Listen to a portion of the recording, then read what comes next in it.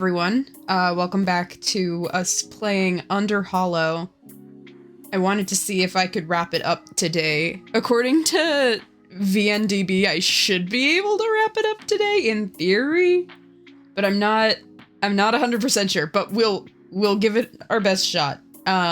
So let's see how this is going.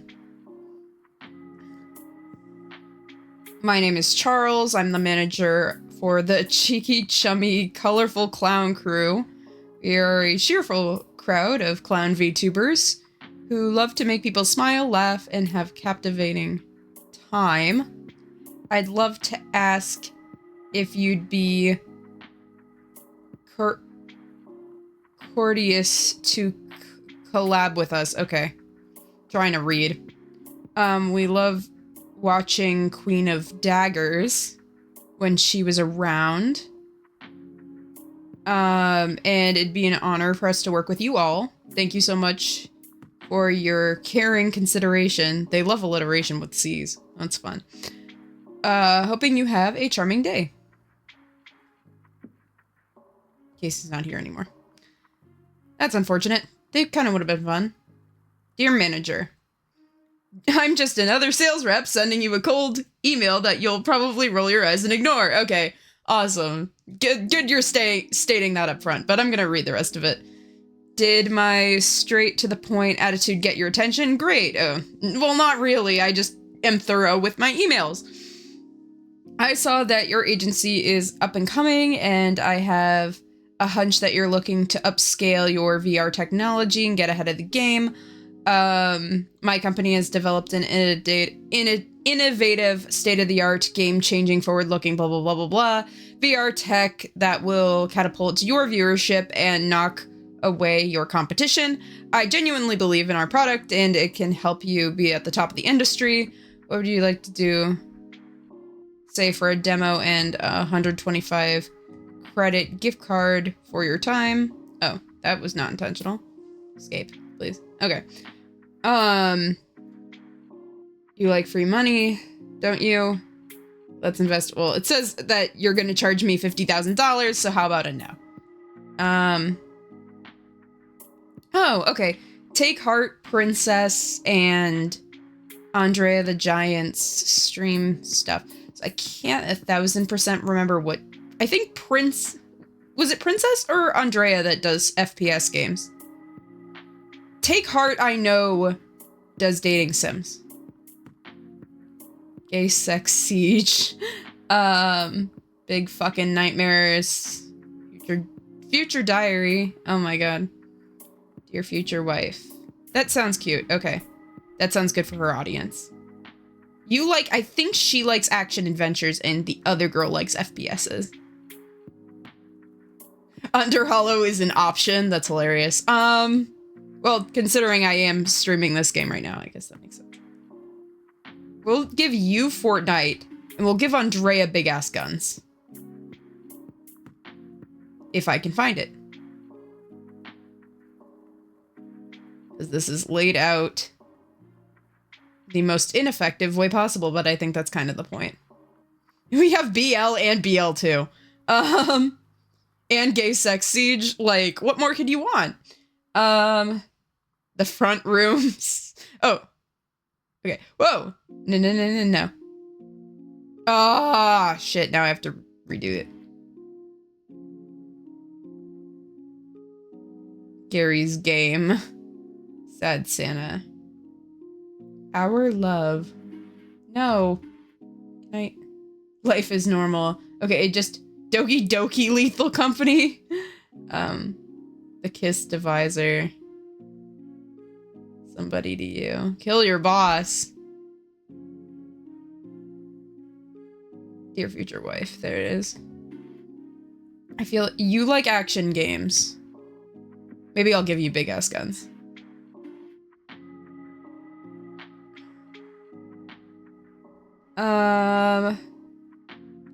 You like FPS games, so I'm struggling to see where you're...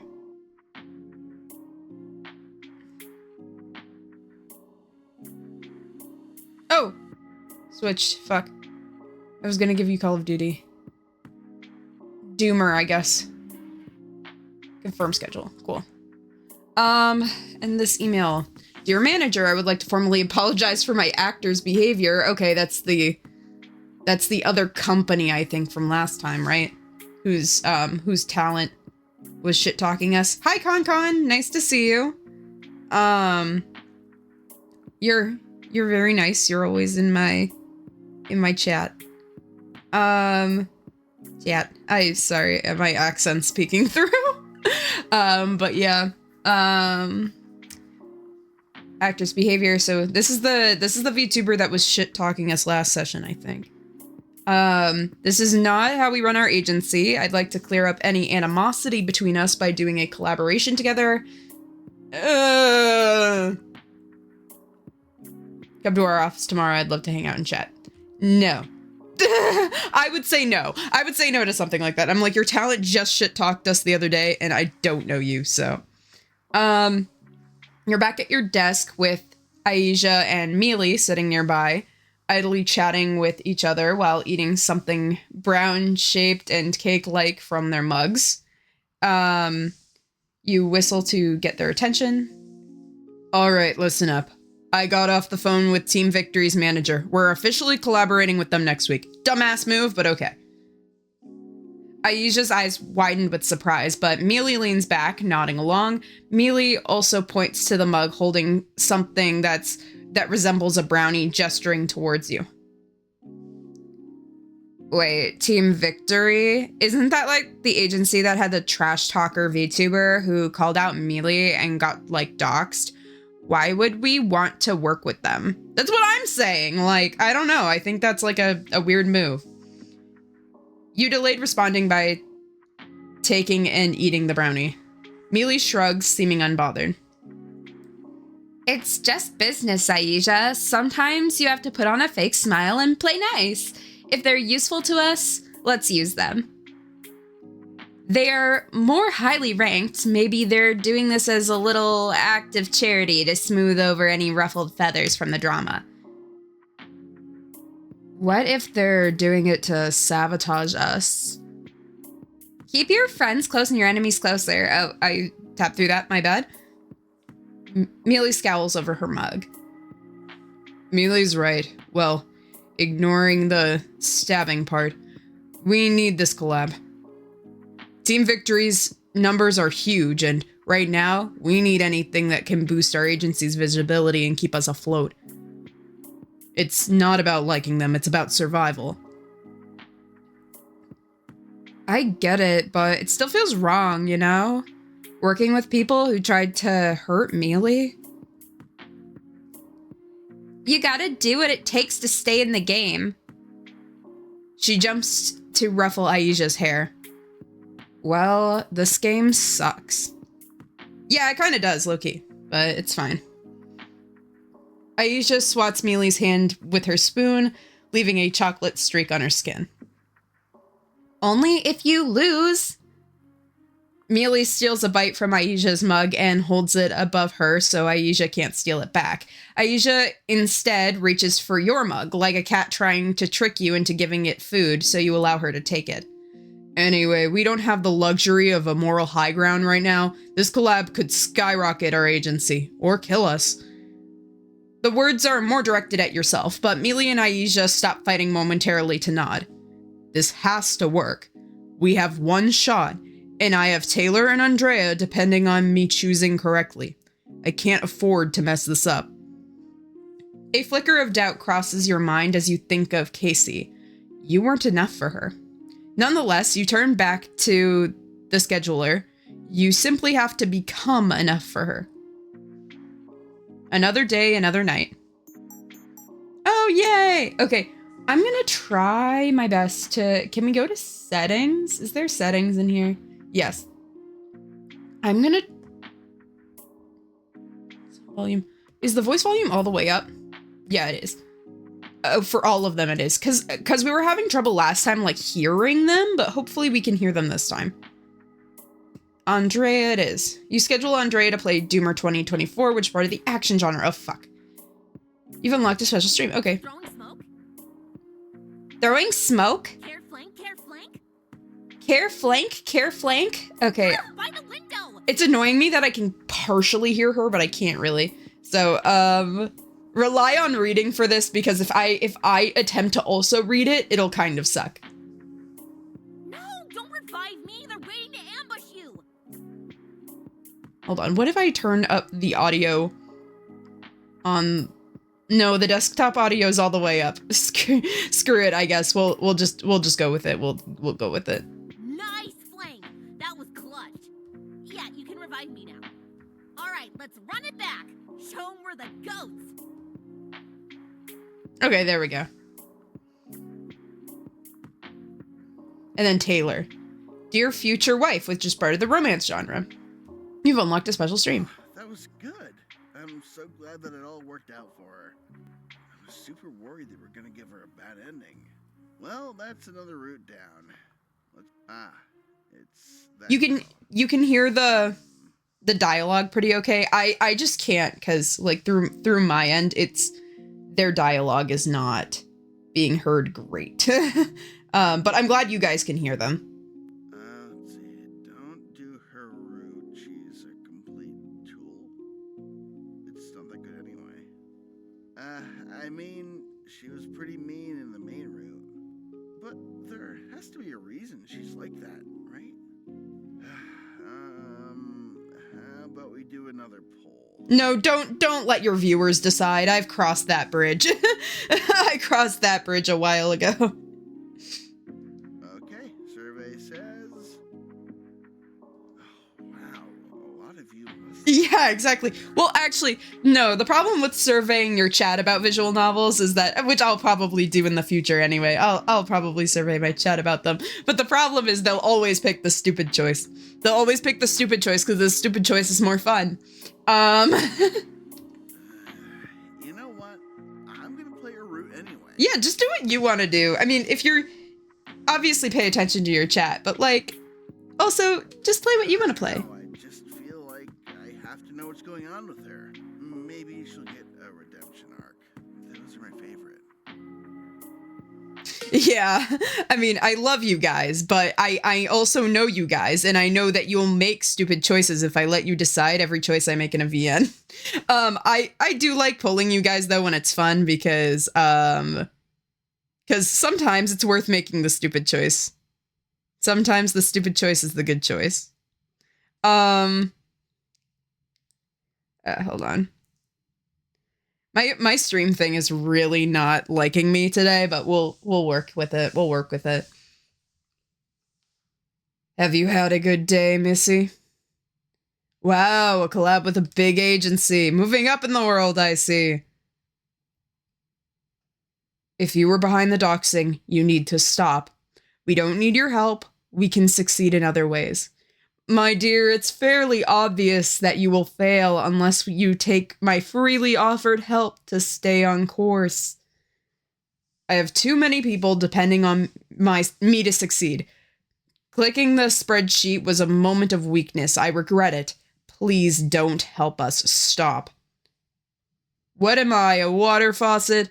No, after a river breaks a dam, all you can do is watch the flood. Actually, you are a faucet, because you're a human. That didn't come out right. But we can tell you to stop. We can't tell a river to stop. We can tell you to stop. You prepared your visit with Team Victory's office tomorrow. Hopefully, it will be enough to save you from bankruptcy. Woo! I like lack of bankruptcy. Look at chat. I'm better than you? What the fuck?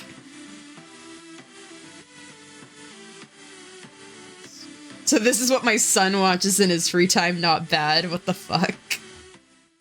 You gain 441 money and 27 followers. That's pretty good. You, Aisha, and Mealy walk into Team Victory, run by someone known as Victor. Oh, I get it. Team Victory. The contrast is stark. The office is modern and meticulously designed, with chandeliers that reflect tiny kaleidoscopes of the employed VTubers onto the polished marble floors. That's actually a really cute idea. I never thought about that. Aisha whispers to Mealy, but it's loud enough that you could that probably half the lobby could hear. This place is insane. It's like the polar opposite of our office. Mealy grins mischievously. Yeah, no microwaves with exploded eggs, that's for sure. As you walk deeper into the building, the sliding glass doors that separates the rest of the office and the lobby opens, and Casey walks past you, catching you off guard. Unable to come up with the charismatic greeting, you wonder if it would be best if you pretended not to see her. Hi, Casey.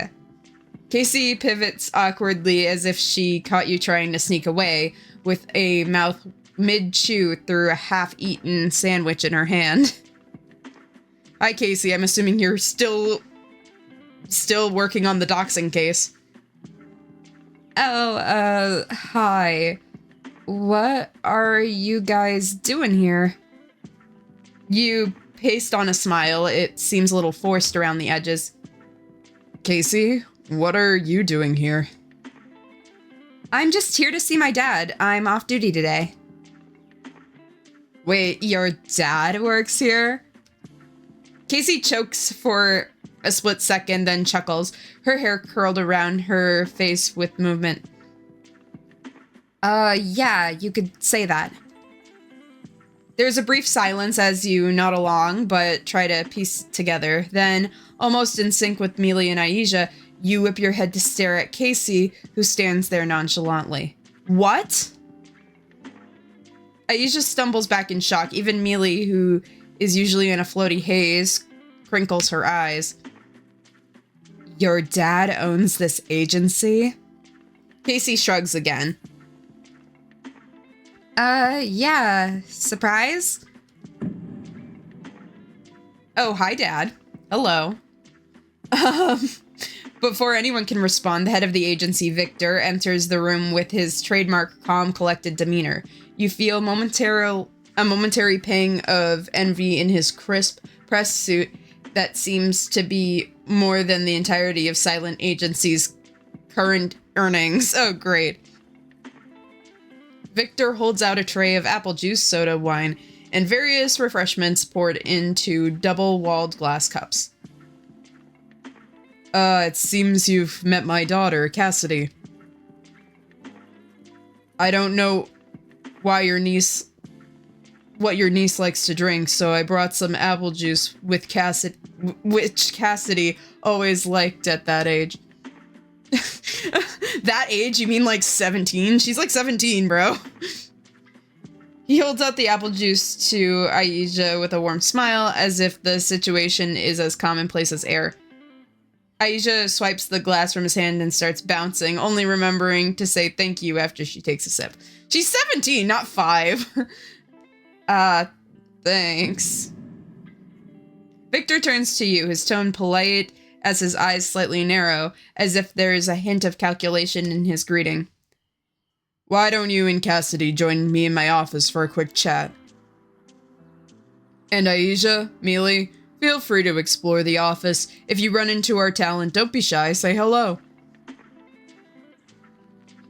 Casey nods wordlessly, and I think it says sidles, but I think it means slides over to you, while Aisha and Mealy exchange looks before wandering off to explore. You follow Victor into his office.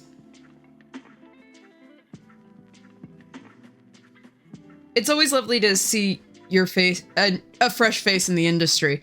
I can words, I can read, I swear. Say, do you two happen to know each other? Both of you are acting very strange.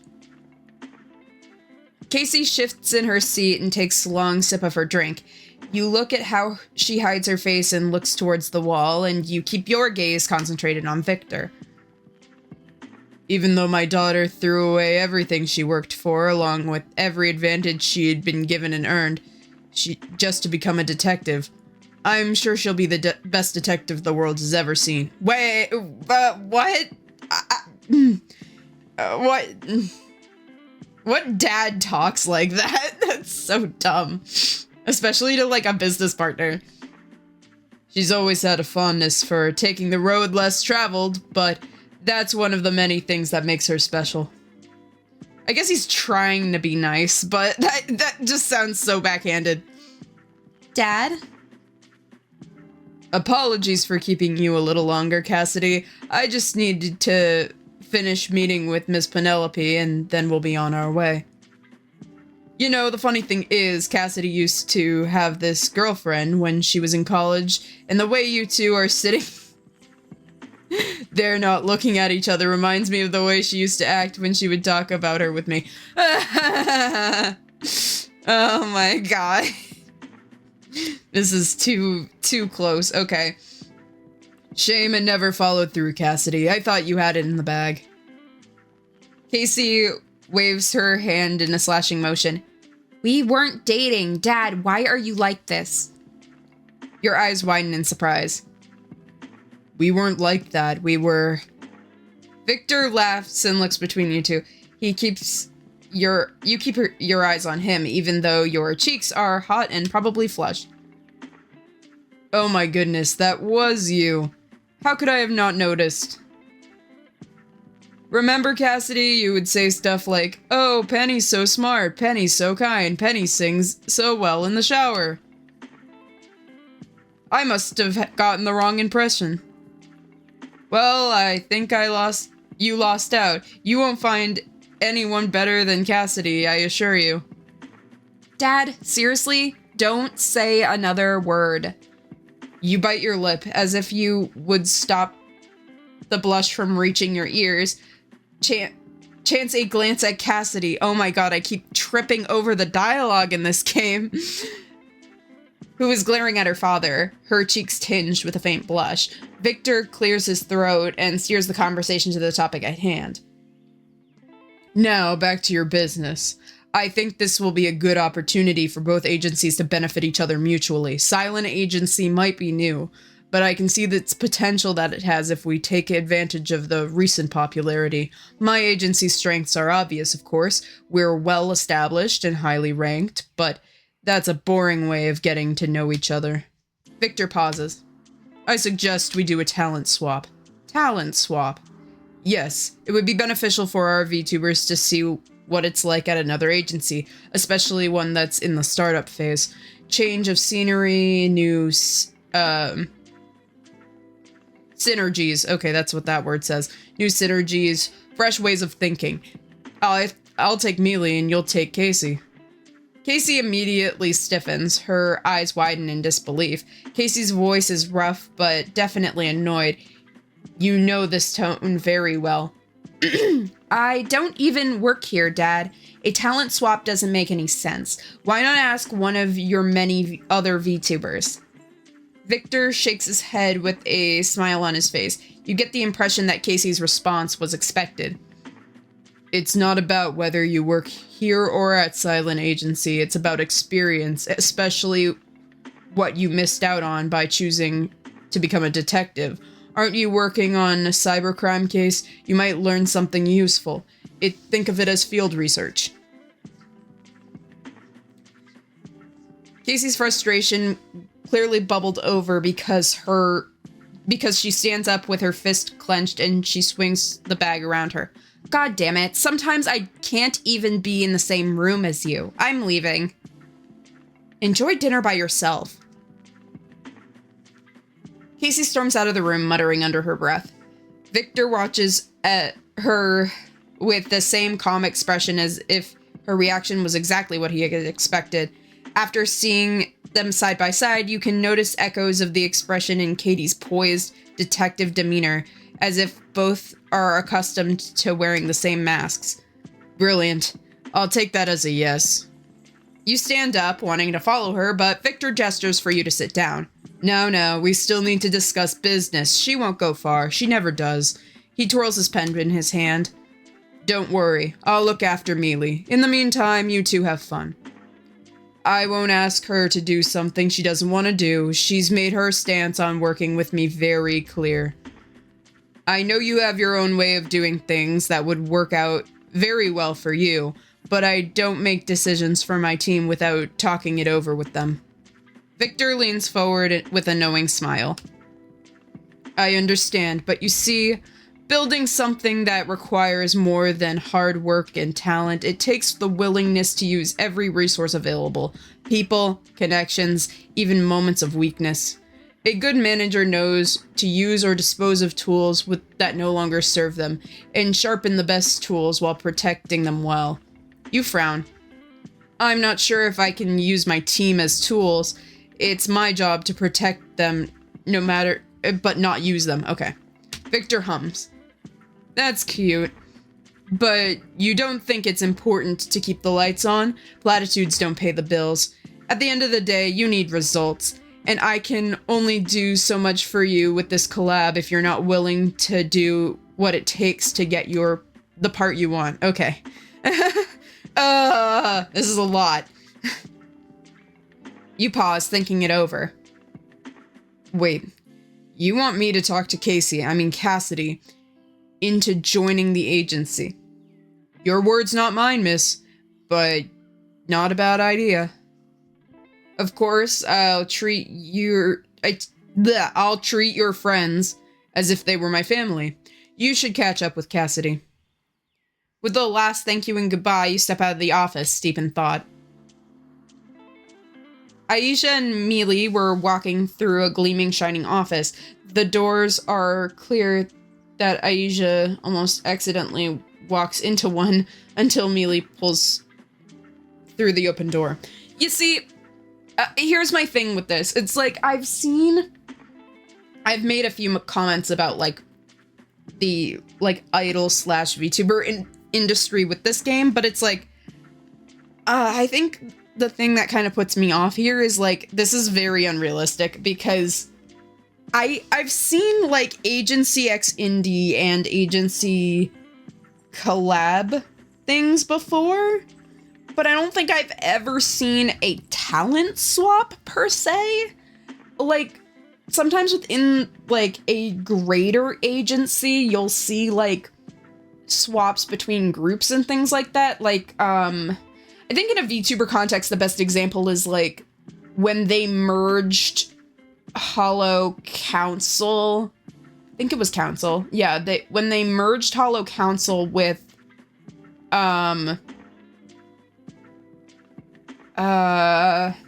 with whatever Iris's project was. I forget what it was. So they created Holo Promise out of that, because they just merged two projects together. AKB48 does, like, talent trade all the time, but they're all within one parent agency. They even trade, like, within the 46 groups, too. Like, the 48 and 46 groups will trade between each other and will, like, trade within their own circles, too. But, like, I have never seen, like, two entirely separate agencies do a talent swap. This seems very bizarre. Out of the ordinary. I guess if it's temporary, it might be a nice, like, collab thing to do, because when the talents go back, some people will be attracted to each other agency, and maybe we'll start watching both. I can see it being, like, a worthwhile thing to do. It just comes off as strange because I've never seen this in, like, a VTubing or idol organization before. Aisha and Mealy are walking through a gleaming, very shiny office. The doors are so clean that Aisha almost accidentally walks into one until Mealy pushes her through the open door. This is actually funny. Random side tangent. I'm worried she's gonna hear me, and she's gonna hear me say this, but I do have a sister, and when she was really little, she ran into a glass door, and she had to, like, go to the hospital. But, like, every time people, like, it happens in movies and stuff where I'll see someone, like, run into a glass door, I'll just remember when she ran into a glass door, and I'm like, bro, that actually could, like, really hurt you.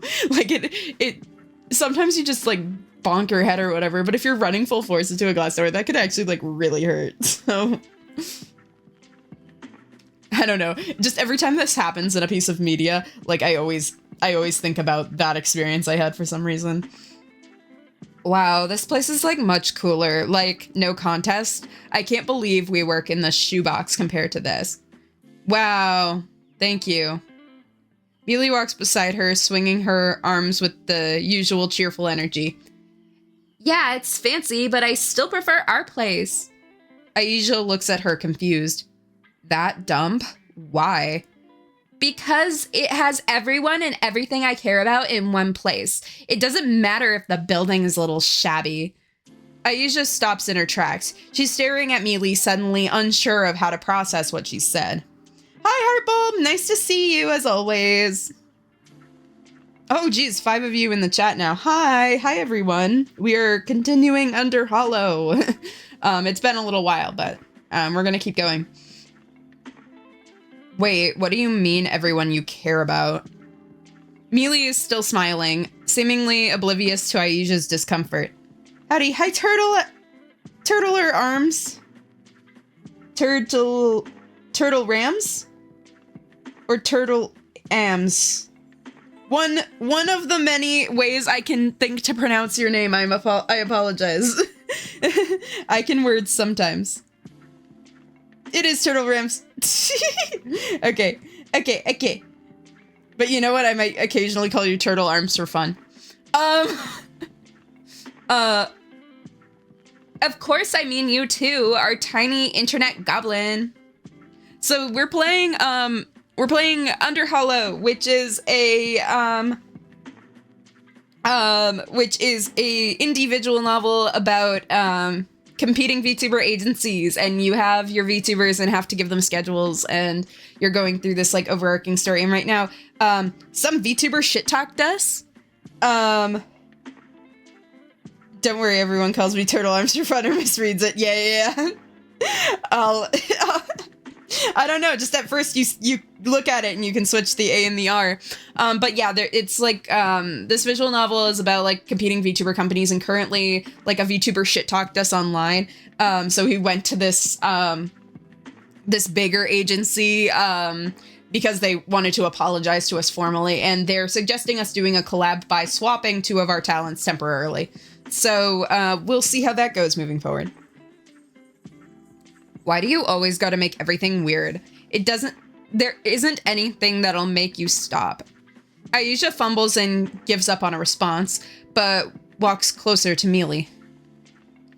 Before long, they run into a group of girls. Some of them are talents at Victor's agency. Which is Victor is the CEO. It's called Team Victory. That's the talent agency. One of them, a tall and with a smug smirk that seems firmly etched into their face, looks at Mealy and Aisha as if they're both beneath her. They didn't even bother to give this chick a sprite. They just have the outline of a woman with bitch on her face. I bet that was a placeholder, and then they were like, you know what? We're just gonna keep it. We find this too funny. We're just gonna keep it. Anyway. And her name's literally Regina. Oh my god. Oh, look at this. We'll be collabing with newbies? So cute. How did you fresh puppies like you manage to join the big dogs? Mealy shines with an almost angelic smile. Oh, I wouldn't expect you to understand the power of actually having a personality. Why should I take the opinion of an e-girl thirst trap seriously, especially one who can't even remember to wipe her mouth after eating? Aisha stifles a gasp. Her eyes light up. She tugs on Mealy's sleeve. Wait, isn't that the same girl who bullied you and got you doxxed? Her face darkens, clearly insulted. And what's it to you, kitten? Do you think you know anything about this industry? Go home and cry to your parents. Aisha's excitement faltered at the sting of those words, and Mealy raises her chin and steps forward, keeping Aisha behind her. You're a VTuber, so it wouldn't be a problem if I beat the ugly out of your face. 481. Gonna simp for her now? Self-voicing disabled. Actually, I'm not sure. How much can I say? We'll leave it at this. A lot of people sometimes think that like the cattiness of the entertainment industry is an over-exaggeration, especially like the idol industry. But I speak from experience when I say that sometimes it is just as catty as you think it is. Sometimes people will hate you for literally no reason. And people will start arguments for literally no reason. It happens all the time. What is this game? Okay, quick TLDR. I already, I gave another quick TLDR earlier, but, basically this is, a visual novel and VTuber agency sim. So, there's some parts that are visual novel style like this, where you're talking through a linear story, and then there are other parts where, you're like giving VTubers assignments and reading emails and that kind of stuff. So right now we're kind of on a story beat where there was this VTuber who is Miss Bitch right here, who shit talked one of our talents for literally no reason, and ended up getting herself doxxed and like causing a drama hate storm on the internet. And this VTuber agency, which is much larger than ours, has formally invited us to their office to apologize, and we're doing a talent swap as a collab, as sort of a let's try to settle this beef gift. But now the apparently the bitch who got herself doxxed is trying to start a fight. But before anything can escalate further, the doors swing open and Victor steps in with a calm, authoritative voice. Hello, talented people. Lovely to see that you both have met. Now let's save the energy for the streams, alright? Regina scowls, but doesn't say anything else. Victor turns to Mealy and Aisha. I apologize that you were not met with a warmer welcome. The doxing has been very stressful on her. Let me walk you out. Aisha looks down. When she speaks, her voice is quiet. I need to go to the bathroom first. He nods. Okay. I mean, in fairness, though, Regina seemed to be an utter dick before the doxing, so, I mean, I can understand the doxing stressing you out, but it seemed like she was kind of always a dick, so I guess it doesn't really matter. Of course. It's just down the hall. Aisha walks off toward the restroom, and Victor is left to entertain Mealy in the meantime. Victor maneuvers Mealy towards the tastefully decorated white couch in the corner of the lobby, where no passersby can overhear. I've watched some of your streams, Mealy. You have real talent. I can see why your fans love you. Mealy jolts her head, seemingly surprised by the compliment, and brushes it off with a soft laugh. Oh, thank you. I just do what feels right. It's about having fun and being honest, right? Sometimes I feel like I'm more myself when I'm talking behind an avatar. Victor watches her thoughtfully. I understand, but there are always new ways to hone your craft, right? Don't waste your potential. Are there any questions you have for me? I do run a fairly successful agency. I would be happy to help. Mealy pauses. Away from her friends, her usual playful attitude seems to falter. There's something vulnerable about her expression, something almost childlike about how intense her eyes burn with her desire to help her friends. What can I do to make sure Cylen Agency succeeds? A little park carved into the commercial zone is quiet, with the sun on the cusp of disappearing for the night. Casey is sitting against the bench in the streets, slouched slightly as she stares ahead, deep in thought. As you approach, Casey glances at you. She doesn't hate you, but it'll be up to you to initiate conversation. Hey, sorry for what happened back there. You know, Penny, I hoped that by leaving the VTuber stage behind, my dad would finally get off my back. She becomes more agitated. I swear, living with my dad is impossible. Nothing I do is ever enough. It's always, today is today, and tomorrow is another chance to improve, and A grade isn't something to be proud of. He said I should have gotten an A+. And now I have to be the best goddamn detective in the world. Maybe he just has high expectations because he believes in you. I mean, any project you end up joining will always succeed. Casey shakes her head. It's not magic, it's not talent. I just work hard to finish what needs to get done, and it's still not enough for him. One day he's putting me on a pedestal, and the next I'm a lazy and ungrateful child. What the hell does he want from me? Casey pauses and smiles. I'm glad to see you too, Penny. I'm just really upset with my dad right now. You nod but say no words. You sit comfortable silence for a long, drawn-out moment, and the sun sinks steadily behind the trees.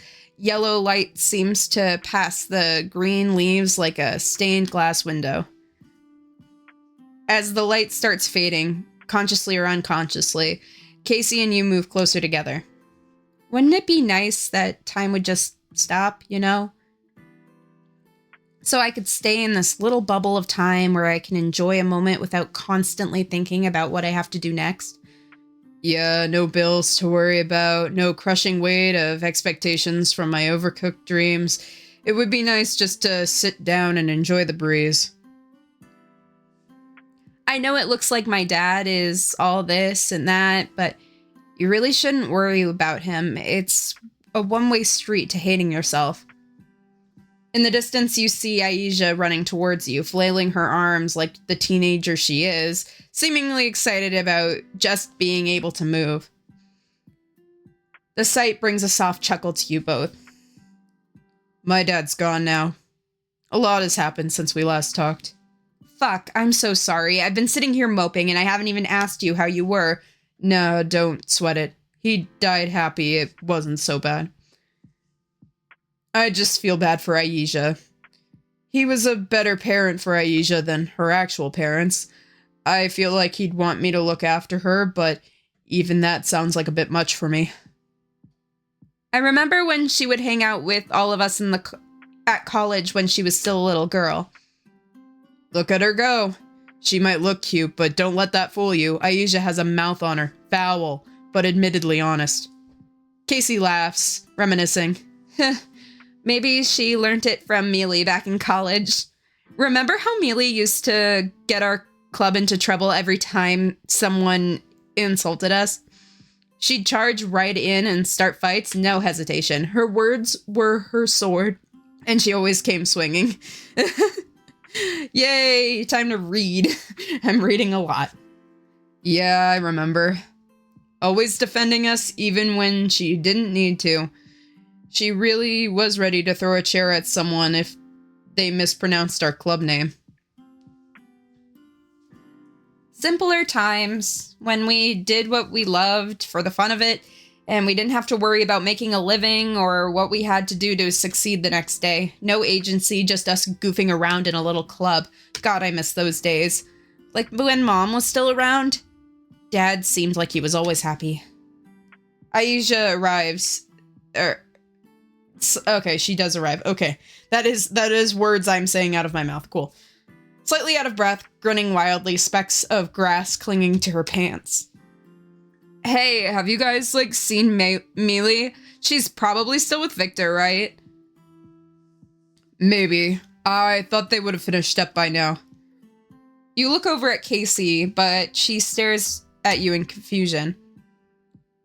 Why does Mealy hate you now? Weren't you friends before?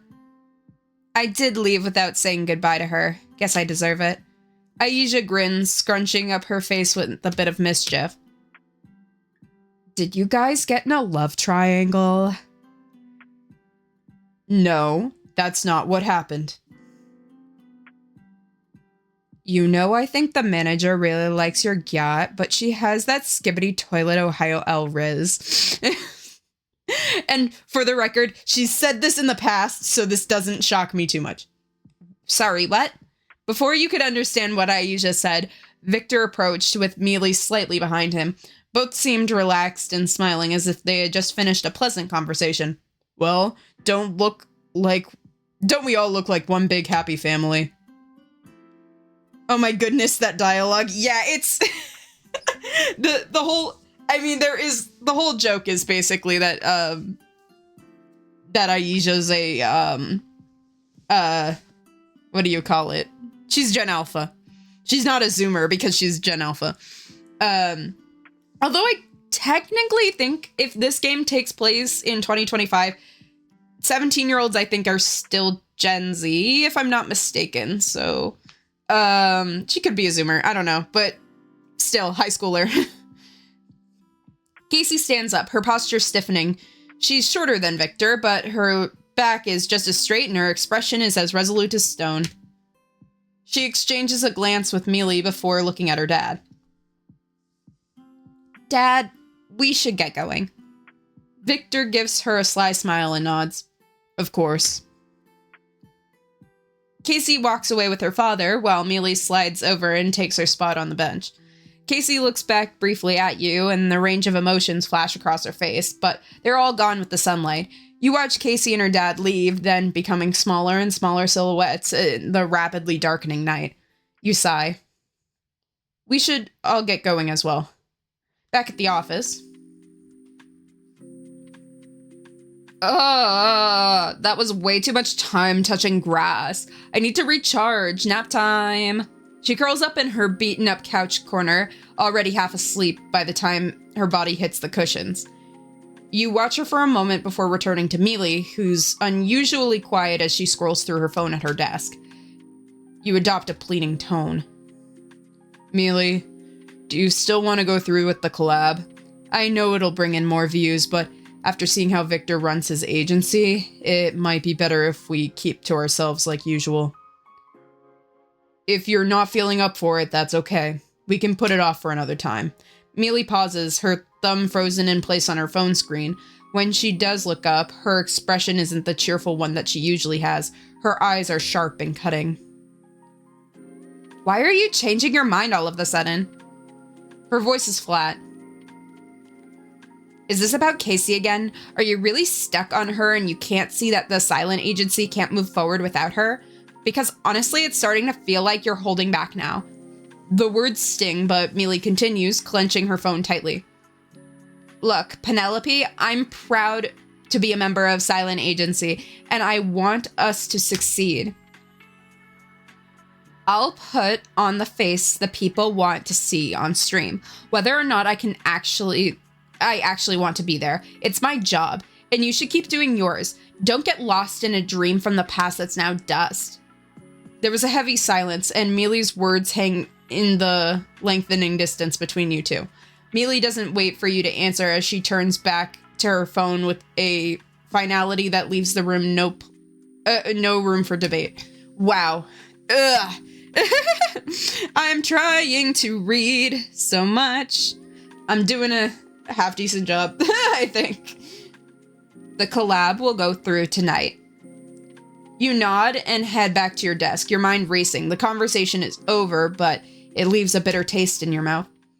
Later that night, the collab with your VTubers and Victor's went ahead as expected. Aw, who wouldn't love such fluffy dogs? Again, I apologize that a lot of you probably can't hear their dialogue too well, but you can probably read the dialogue on screen. If I read it as I've been trying to, it would be kind of awkward because it would be just like a pause and me rereading it. So we're just gonna play this through as is. Yeah, even lowlifes can occasionally have good taste. I think we need to clear something up. You've been saying some really mean things about me on stream. Care to explain why? No, don't bring it up on the collab stream, Mealy. Don't bring that up. Oh, please. You can't take a little banter? Lighten up, princess. It's just entertainment. Calling me a snitch on stream is entertainment? Don't fight on stream. This stream was specifically to avoid us doing this. Told you. Snitch, liar, whatever. I'm giving our fans help. I don't need your help. It's not my fault you can't keep up. Guys, we're still on stream here. Maybe we should focus on the game. Yeah, take heart. I agree with you. If you had any semblance of talent, you wouldn't need to Ooh. to stay relevant. You want to stand out? Do something original instead of relying on drama. Yeah, you tell him, girl. Great. Original? Says the one still using webcam tracking for their avatar rigging. Maybe get a real setup before you come after me. I trust my fans to see my shining personality that comes through. Content with a heart will always be flashy visuals. I wonder if Victor put her up to this though. I wonder if Victor told her to start a fight on stream.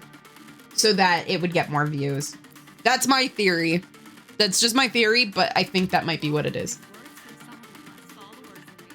At least my followers aren't a bunch of horny teenage boys trying to... Ooh.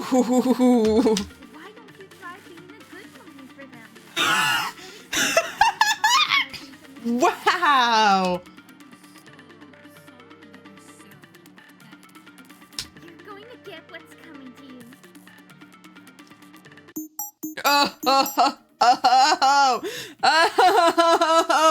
Oh my god. Wow. All right. Okay. That sure was something. Okay. Let's read these emails. Ooh. 2 sisters dead. Mother. I don't know who this is a dox of. Because it's not a dox of me because my dad's dead. That's a dox of someone. Okay. Taylor Armstrong, 3rd of April, 1985. Phone number, SE Equity. Director of Enterprise Sales, purchased 200 dolls over the course of 20 years. Owns 3 cars. 49 Cadillac, a 72 Rivera, in a cyber van. Admitted to the hospital for a broken wrist after attempting a keg stand at his company holiday party. This is another dox, but again, I don't know of who. Oh, this is Andrea. This is Andrea's doxed. Dox. Andrea Legrand, 19th of January, 02. Phone number, Arkansas. Online content creator, diagnosed with a chronic disease, which we know is true. Has a subscription to Amazon grocery delivery service. Showed on a webcam using a mask and a blonde wig during awards ceremony at a tournament. Went viral online as a masked person. Okay. Well, that's not really much of a dox because we know that. As for the other dox, I think that's our girl up here. I'm forgetting what their name is. So I'm assuming it's like given the voice that they use for the character, I'm assuming the character's female, but the voice provider is male. I'm not positive if given the docs that they identify as male or they might be trans.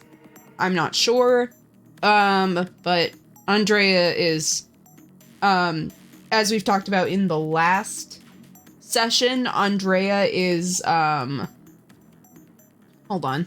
Oh, there, that works better. Sorry, I'm trying to make sure that you guys can see the whole thing in the screen queue. Yeah, you should be able to. Okay, I think I just have to have it at a certain size for you guys to see it. Andrea does have a chronic illness. We did talk about that, and that leaves her mostly inside.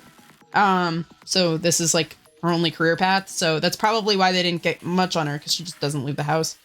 I'm gonna go with this talent first. Oh, Taylor. Okay, so they go by Take Heart, and their first name is Taylor.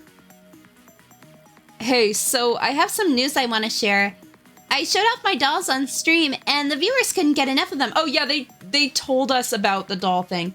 I spent a whole hour showing them off each doll in detail. I didn't even get through the whole collection, just part of it. And they all seemed so intrigued and interested. I felt so fulfilling that I got to show off my collection to so many people. Thought I'd let you know.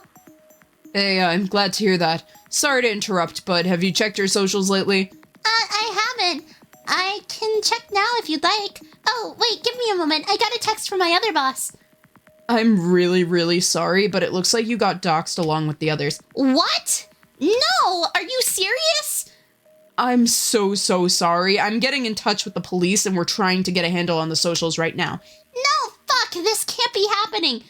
Look at what my boss texted me. He heard some unsettling rumors. Please come to my office first thing tomorrow morning when you arrive. I'm fucked. I'm gonna lose my job. Hey, Taylor, calm down. I promise we're gonna get this fixed and cleared up. How? My boss already knows everything and at my job and is going to know. I'm screwed. Fuck. I'm sorry. I can't do this anymore. Okay, well... Hey, I made it to the top 10 on the rankings. Oh, cool, congrats. Thank you, Uwu. I can't believe I read the ooh out loud. Okay. I couldn't do it without you and everyone else, but I also wanted to say sorry. Huh? What for? I know I've been pretty extra, and I know that I came off as arrogant at times and it rubbed off on the wrong way, so I'm trying to get more aware of that and dial it back. Don't worry about that with us. We know what it's like for you, so you don't need to worry. I appreciate that. Everyone else is so kind. How did I even get to that part of your crew? I promised to make it to the #1 spot. Yeah. Hey, sorry to interrupt, but I need you to check your socials. I'm really sorry, but it looks like you were doxxed. What? No way. They're right. Huh? I'm weak. I'm just a weak, fragile girl who tries way too hard to overcompensate. No, Andrea, you're strong. We know you. I'm a bully. All I want to do is bring people down and make myself feel better. They're right. Don't listen to them. They know what you like to do. They don't understand you. They do. They know everything about me now. I don't deserve to be here. I don't deserve to be at the top. How can I be happy with myself when I'm brought down so many people? Andrea, listen to me. You're a boss-ass bitch. You're resilient. You're strong. I'm just faking everything.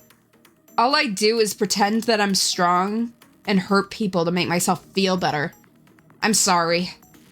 I don't belong here anymore. With a precise, clean tone, you utter one word.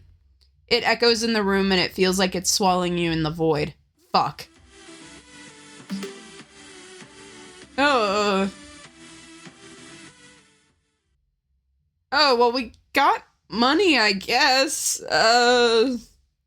Okay. The following afternoon, Aisha is lounging on the couch, knees pulled up, unaware.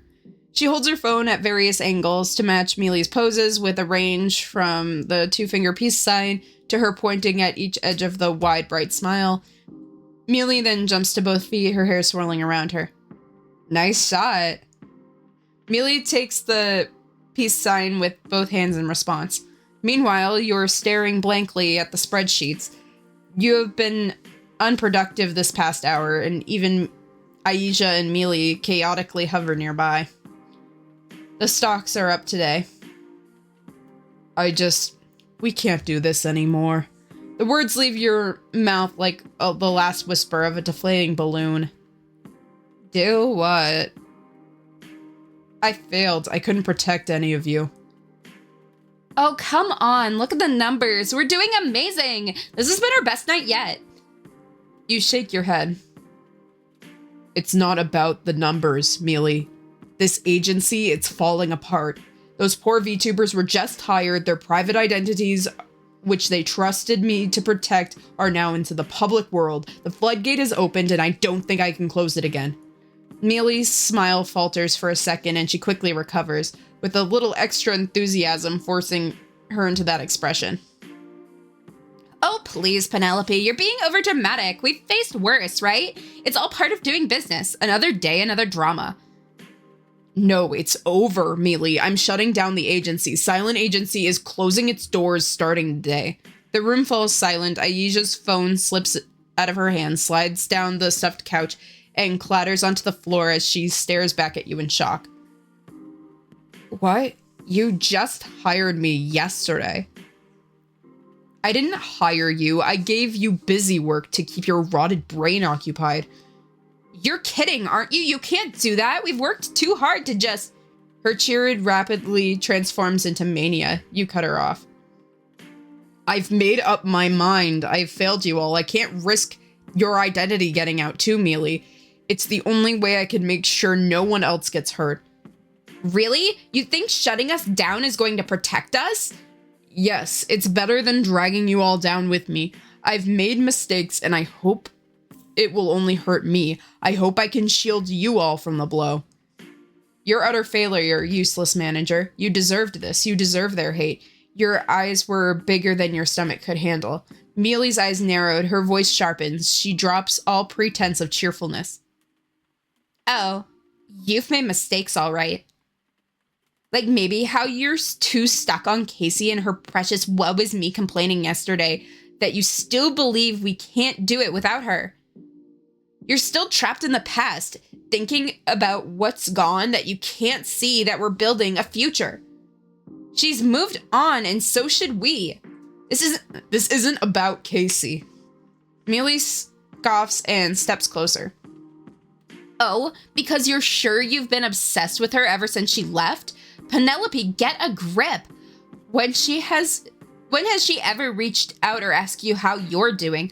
Why are you still chasing someone who doesn't want to be here? Mealy, just stop.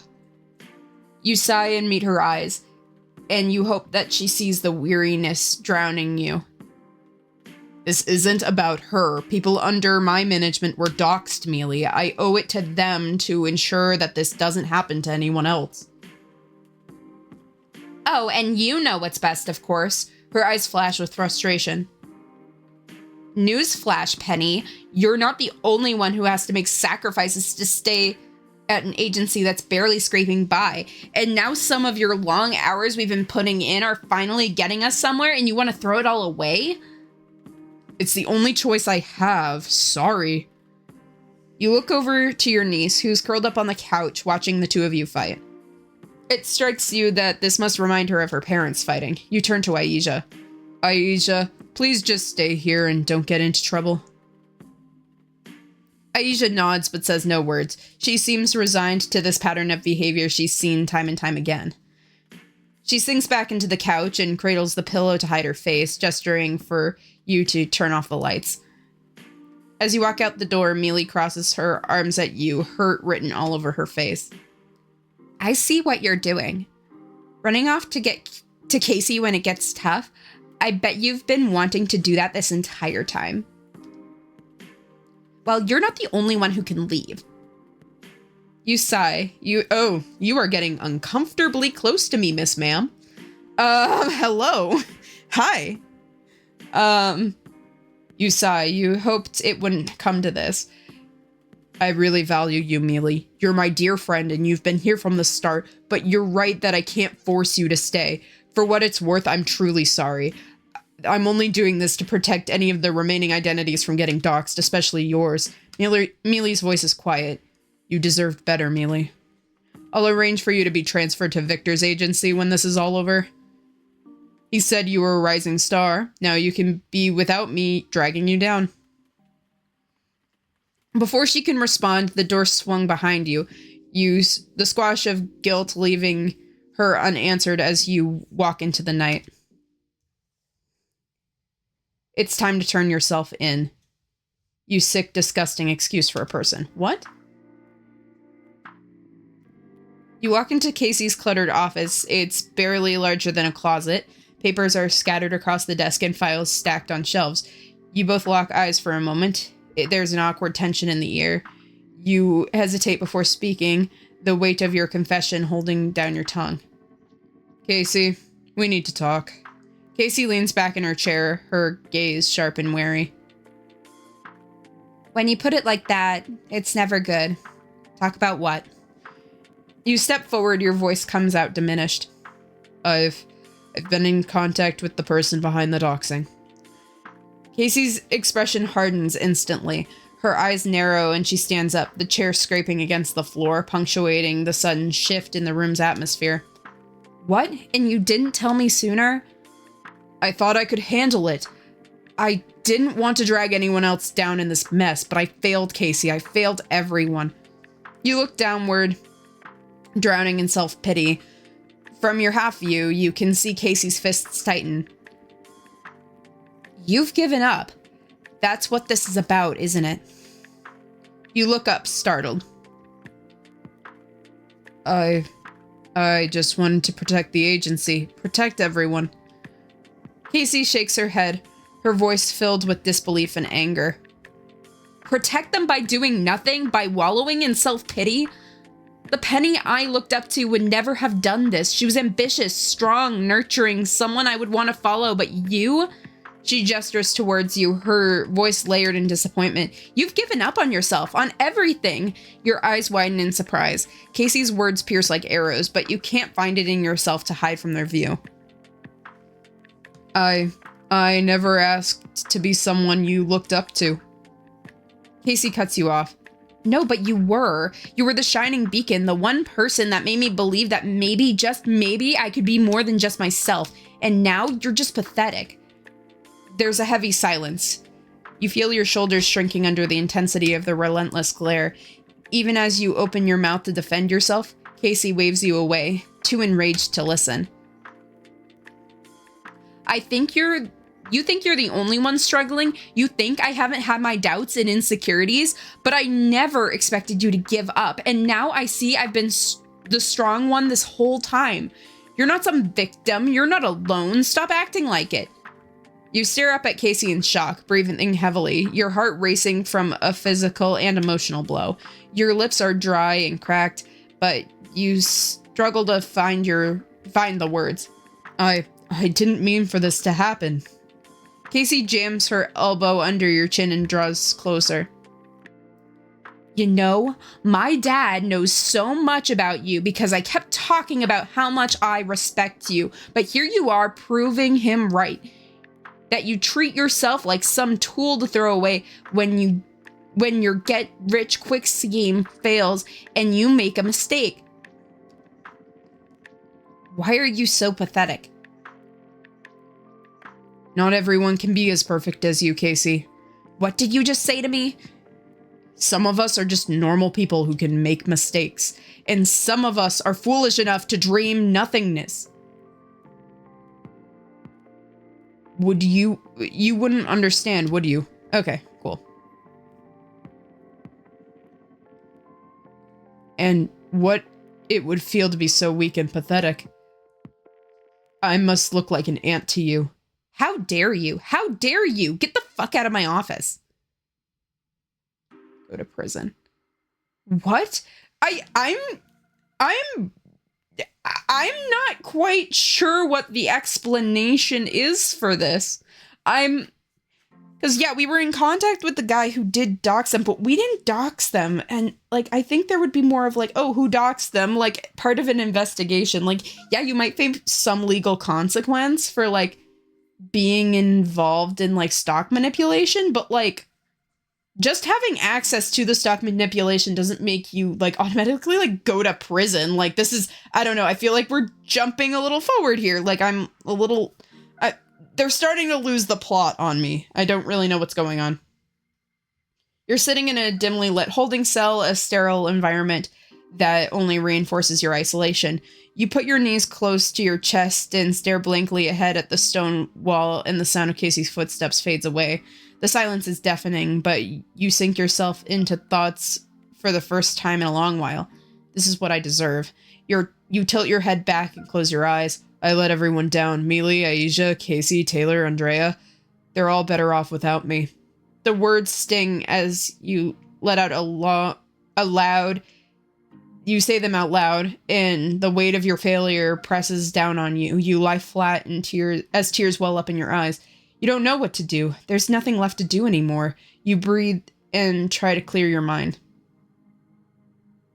The sound of footsteps interrupts your solitude. You roll over to see Casey's shoes near the cell bars. You direct your attention to where Casey's expression is stern but no longer as fiery as before. She stands at the entrance of the cell with the ring of keys around her hand. Do people think that this is still how prisons work?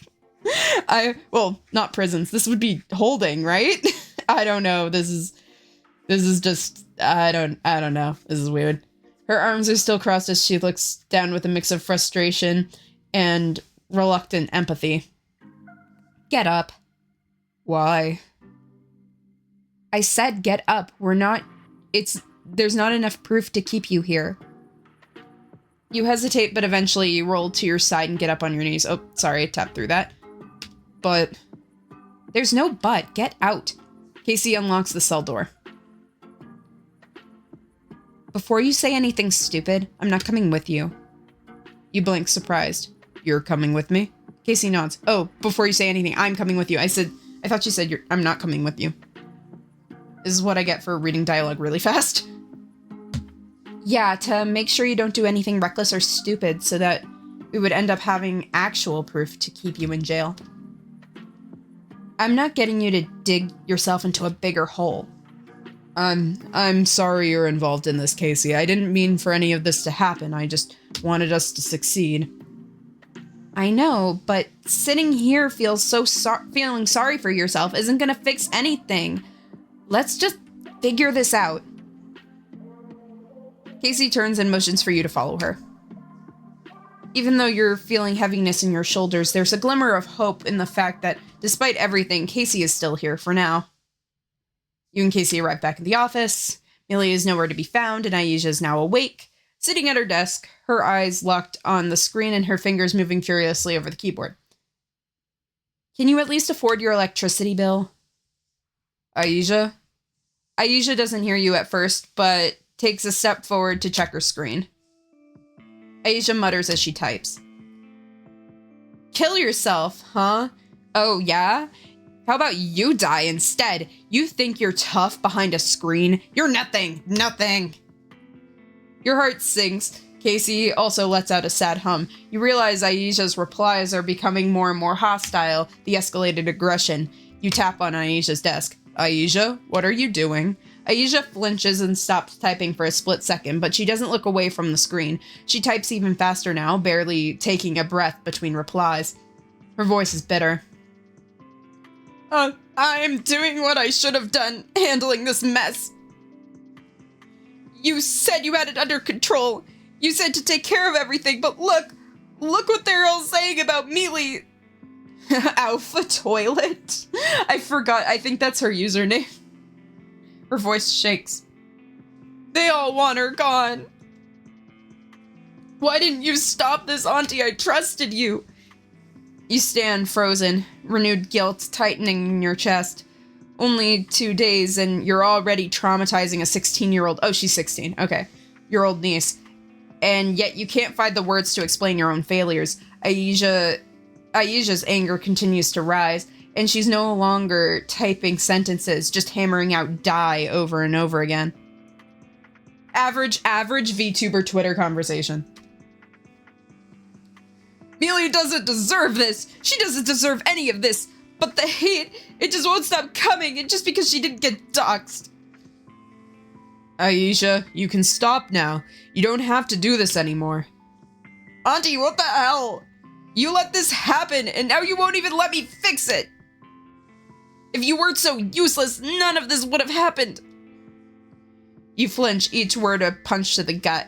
Casey is now watching from the side. As she frowns and stays silent, you know this is something you must face alone. I'm sorry, I'm shutting down Cylen Agency, Aisha. Mealy is transferring to Victor's agency.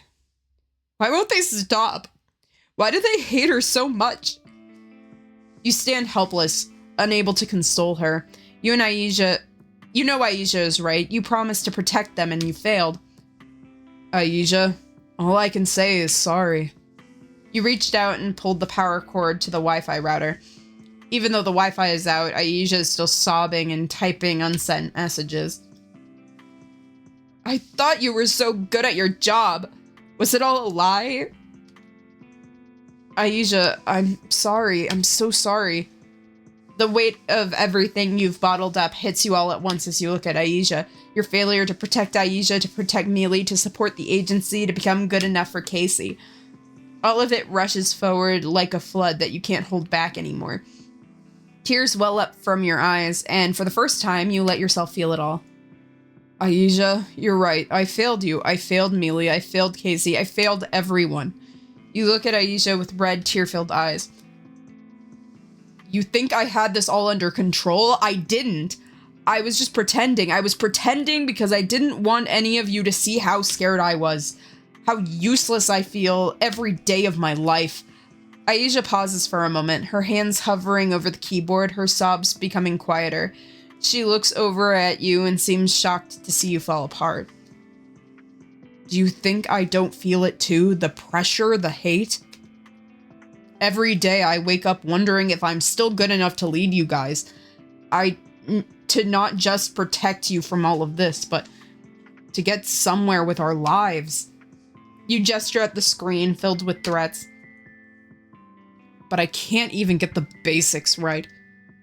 Aisha's anger seems to falter, seeing your inner vulnerabilities. Aisha's voice comes out small and dry.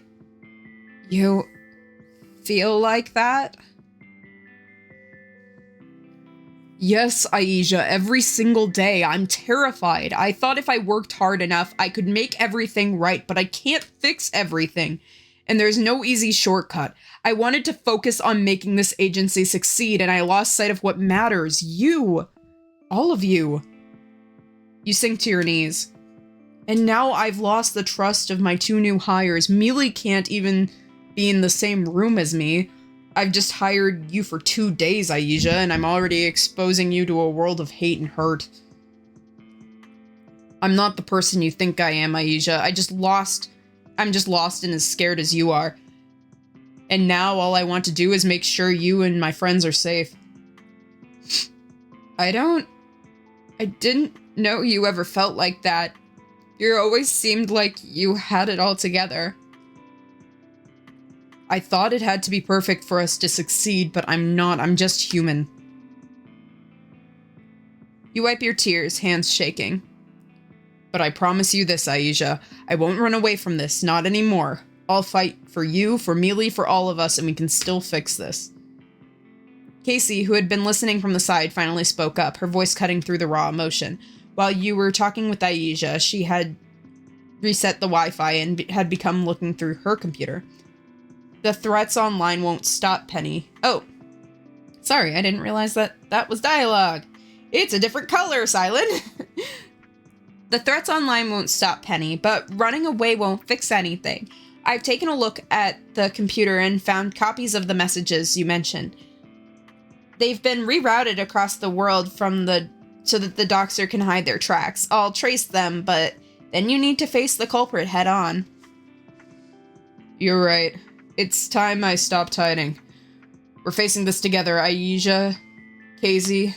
No more running, no more pretending. Aisha stiffles. Together? Yes, together, all of us. We'll make it through this. I need you both on my side. I feel like you've said that like 30 times by now. This dialogue is a tad repetitive.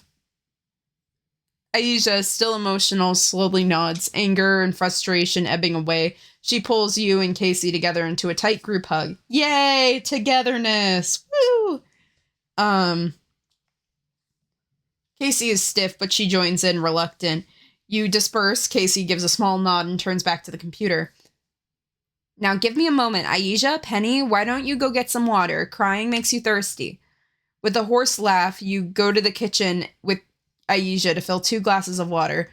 She eyes you and then toasts the glasses with a clink. To new promises. You toast back. To new promises. You and Aisha return to the main office space, the confessions leaving you both jagged and raw. Aisha shows herself on the couch again, or throws herself on the couch again. I can read. Hugging a pillow. Casey has been quietly typing on her computer, and she speaks up. Her tone is careful and cold like her expressions. Easy. Too easy. Still emotionally drained, you look up at Casey with confusion and hurt. Aisha stiffens, but seemed unsure of how to respond. Casey, did something else happen? I recovered your missing chat logs. You really went along with it, huh? Her eyes narrow, hard like ice. I expected more from you. You sigh, feeling raw and vulnerable. Your admiration once you saw Casey is replaced with disdain, and it stings more than anything. I'm sorry, but I never asked to be on a pedestal, Casey. I'm just human. That's the problem, isn't it? You're not a hero. You're just as weak as everyone else. Maybe even weaker. Was she talking about you or herself? I'll tell you what you missed. She taps a few more keys and windows pop up. The sources of the emails. You lean forward, eyes widening as you see the data on your screen. The emails are linked back to Team Victory. Aisha peers over too, her expression shocked. Well, at least she's no longer crying, you note. Victor's agency? Your dad's? Wow, what a surprise! You mean the only antagonizing force in this entire game had to do with the docs? Casey nods, her tone more frustrated. Yes, the emails are being routed through Team Victory's servers, but that doesn't explain how much they knew about you, does it? Unless someone close to you has fed them information. Your mind starts racing. Who could have done it? But then Casey glances sideways, her lips curling into a knowing, sad smile. Gee, I wonder who could have given the culprit such specific personal information about your agency. Maybe it was Mealy. Wait, Casey, your dad? I'm not the one you should be worried about right now. I can be worried for all of us. Casey sighs. So what now? She turns back to her screen. Are you going to keep crying, or are we going to pay my dad and Mealy a visit?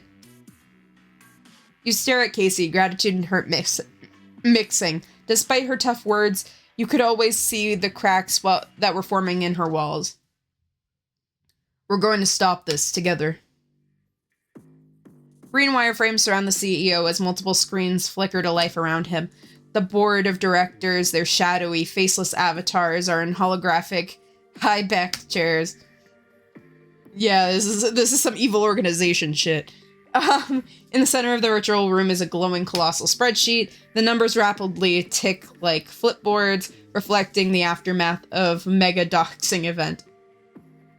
This is unacceptable. How is Cylen Agency still climbing the rankings? We shorted them. This should have been their downfall. Our losses will be significant. My economics, my economics knowledge will remain internal, or this will be a rant. This will be a long rant. The CEO stands with an unreadable smirk. He scrolls through the spreadsheets until his cursor lands on Cylen Agency, whose value has trickled upward, defying expectations and manipulations. If you make the agency the victim, of course people are gonna sympathize. Like, doxing the agency isn't gonna...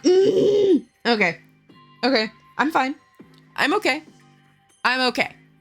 The logic's perfect. What are you talking about? Even bad publicity can be good if your business lies in controversy. The more they hate, the more they watch. Suspicions surrounding their rising star princess have only encouraged more views, and with the other VTubers too busy containing their leak personal information, well, you'll see the results. This wasn't the plan, CEO. You were supposed to manage their decline. He turns to face them, voice calculated. I never guaranteed a specific outcome, only that I would guide things in a direction that benefits us. We're losing millions, CEO. Fix this, he shrugs. You should know better than to bet against momentum, directors. That's what I'm saying! Oh my god. You can't always rig the game in your favor. The CEO's smirk deepens as he watches the squabble and scramble to save themselves. You prepare to visit Team Victory's office tonight to save your friend.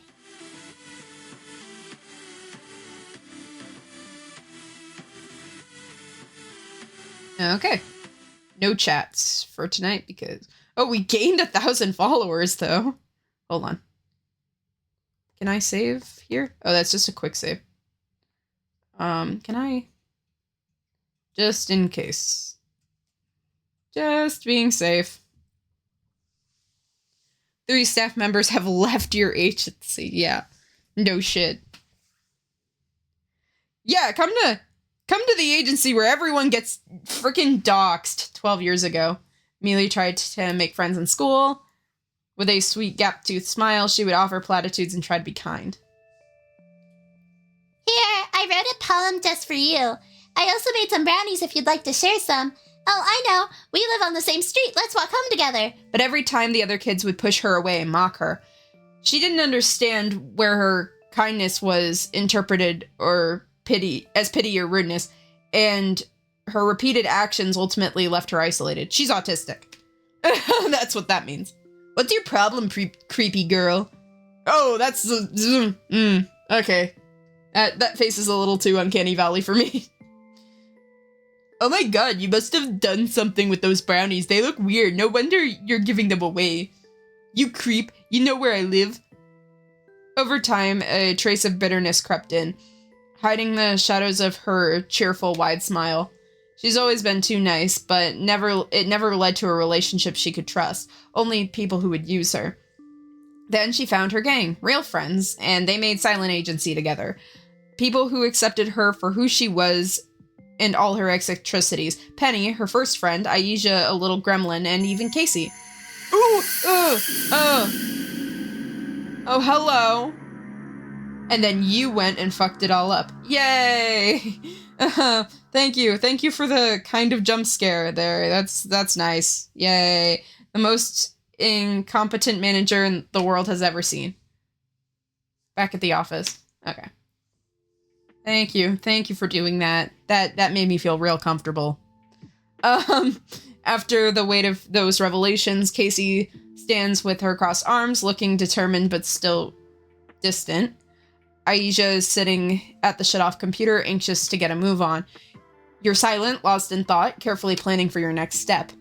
I'm gonna fix this. We need to get Mealy back. No more focusing on numbers or success. The agency was supposed to be about friends working together, not tearing each other apart.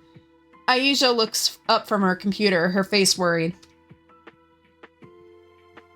Mealy, she's streaming right now. Seriously? Aisha, give me your phone. Now. You and Casey turn to look at the screen. Mealy is live, her avatar shining brightly as she engages in a heated banter with online commenters, mocking them while riling up more viewers. The chat is full of toxic messages, but Mealy's viewer count is skyrocketing. See, this is what I'm saying. It's like toxicity, unfortunately, breeds views. Obviously, they're not, like, the best kinds of views, but if you think about, like, some of the most notorious online personalities that you've probably ever thought of, like, I think the first person that usually comes to mind for me is, like, Trisha Paytas. Like, she still has a career. She has a great career. Is it the most positive career? Is it the most, like, she probably could earn a lot more, like, money if she was, like, more, safe for work. But she has a very affluent career, and that's mostly because she's controversial. It pays, unfortunately. But that's what I was saying about, like, the stock people. I'm like, bro, do you not understand that, like, being controversial is going to cause a spike in traffic? Like, it does pay short term. Like, it's pretty good short term. People eventually get bored, and that's usually where the problems come from, but, like, short term being controversial is going to spike, like, sympathy. Or, like, people coming to rage at you or something. I don't know. It's good for all parties, because you'll get sympathy follows by the person getting mocked, and then the person doing the mocking will get attention. Toxic users, yeah. Okay. Mealy laughs and sharp edges. I can't hear any audio, so I'm just gonna read this. Oh, chat, do you think I dox everyone? What if I did? Would you hate me even more? That would get you banned. Twitch would flat out ban you for saying that.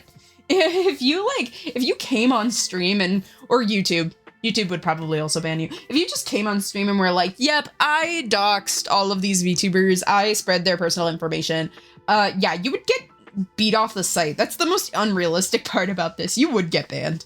Like, you wouldn't live to see your next stream if you just said that. Aisha's lip quivers, her eyes filling with tears.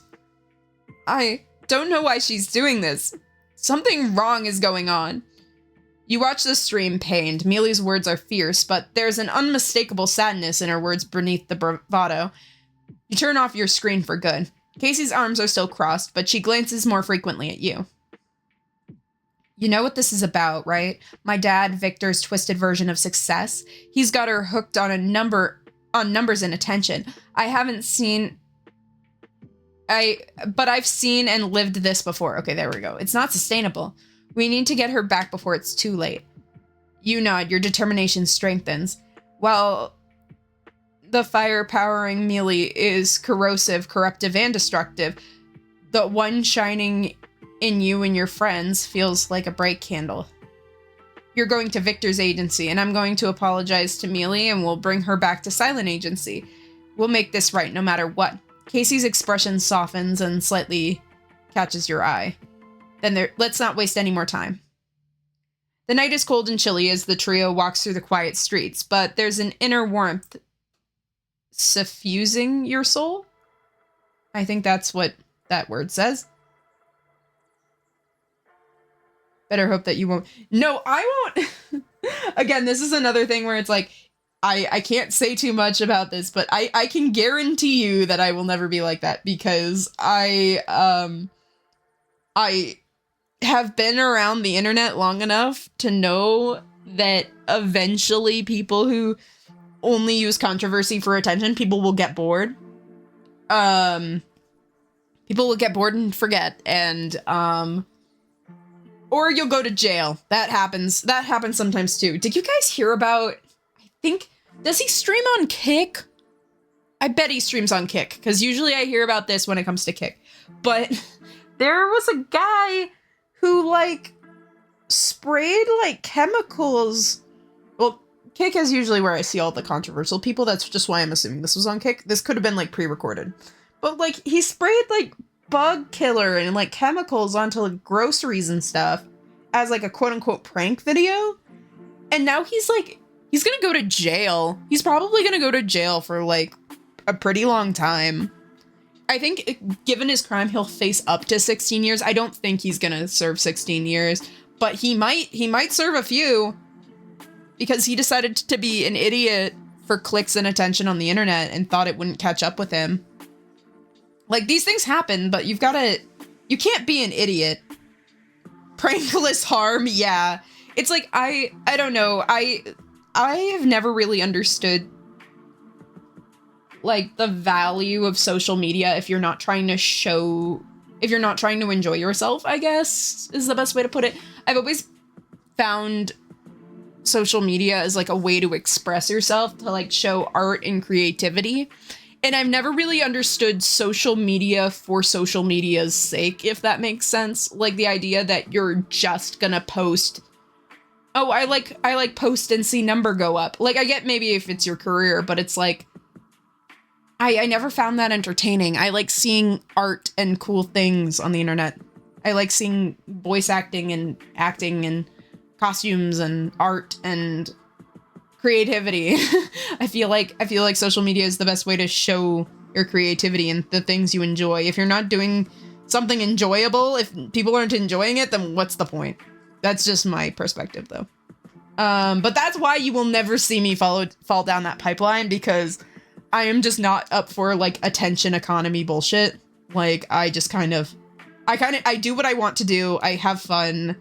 Hopefully I can earn money along the way. That would be nice. But I'm never gonna go that path just because I've seen what's happened. And that doesn't interest me.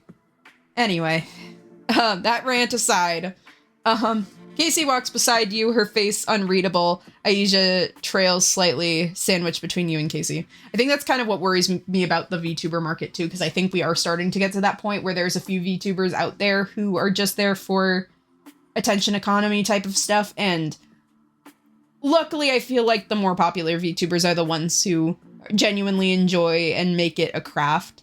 And hopefully it stays that way. I hope Respectable based. Oh, thank you guys. I appreciate that you're on the same page as me. But I hope that the VTubing space remains a space where people love, like, the art of VTubing and, like, the things you can do as a VTuber that are fun and creative, and not just the things that will cause harm to people for attention. Like, I trust that, like, not trying to jinx it here, but I trust that most of the VTubing community is interested in things that will be productive and creative and good.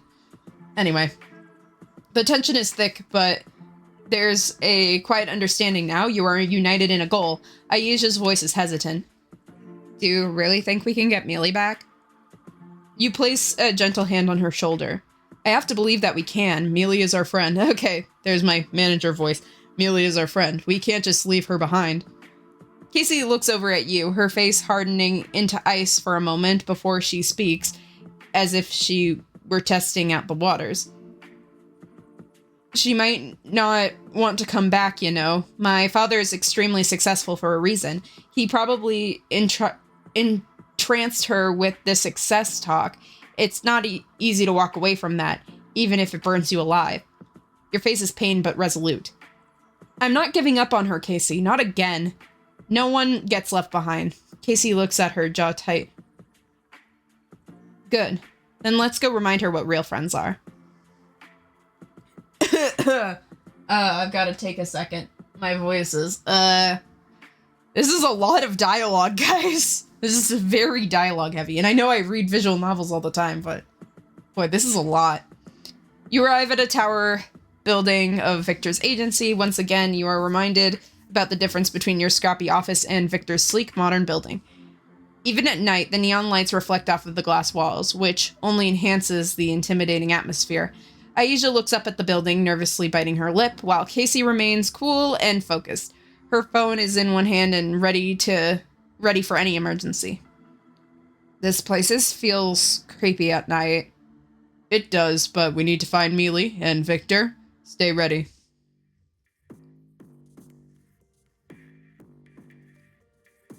You enter the building. The automatic door is sliding open with a cold whoosh. Inside, it's eerily quiet, the polished floors reflecting your footsteps as you walk through the reception area. As you turn the corner, you suddenly come face to face with Regina lounging against the wall, arms crossed with a smug grin.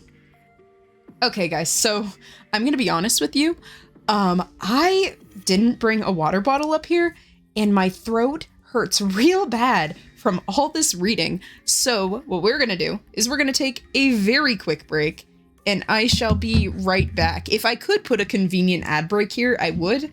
But this shouldn't take long. This should take like a few seconds. So I will go get something for my throat so that I'm not suffering through the rest of this, and I will be right back to you.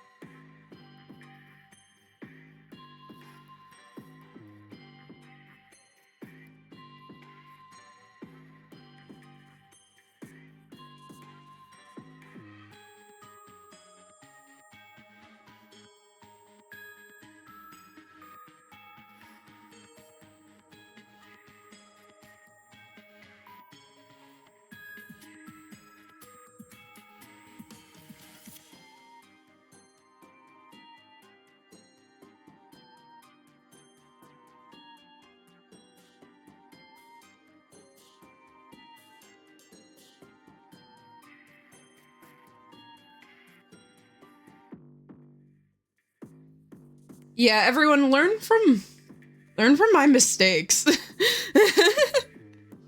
If you're a streamer, especially if you do like mostly dialogue-based games, don't don't forget to grab a water bottle before you start streaming. Don't be a dumbass like me.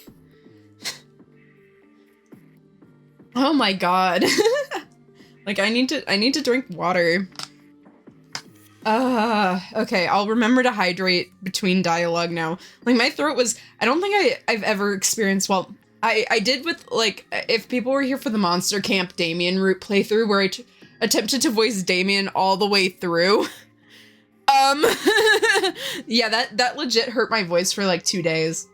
I destroyed my vocal cords with that, and I will not do that again. I will not suffer for my craft. My craft being reading random visual novels I find on the internet. Oh my god.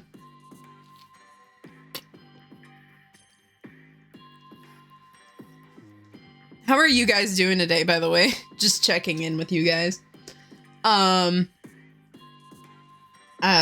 know it's been an interesting, well, it's been an interesting year, I guess, so far. We're only like 9 days in, a little over a week into 2025, and it's already been kind of an interesting year for me, and I think for a lot of other people. Some people are like, screw it, I'm ready to go to 2026. We've already fucked it up. But it's like, you know, it is what it is. So I hope you guys out there are doing okay. Yeah, I'm glad you're doing okay.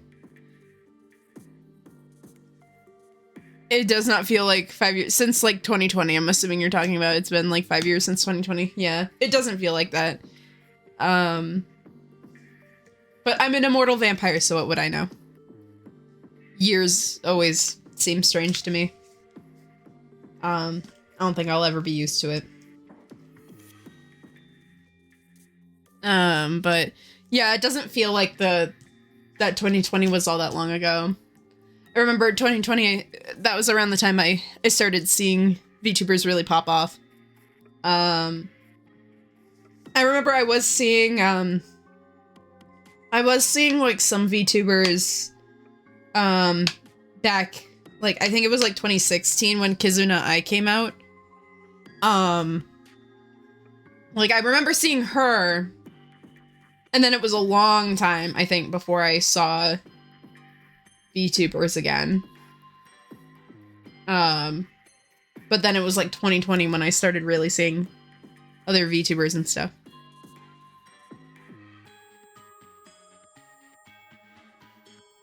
There's now a snake that she's in my bedroom.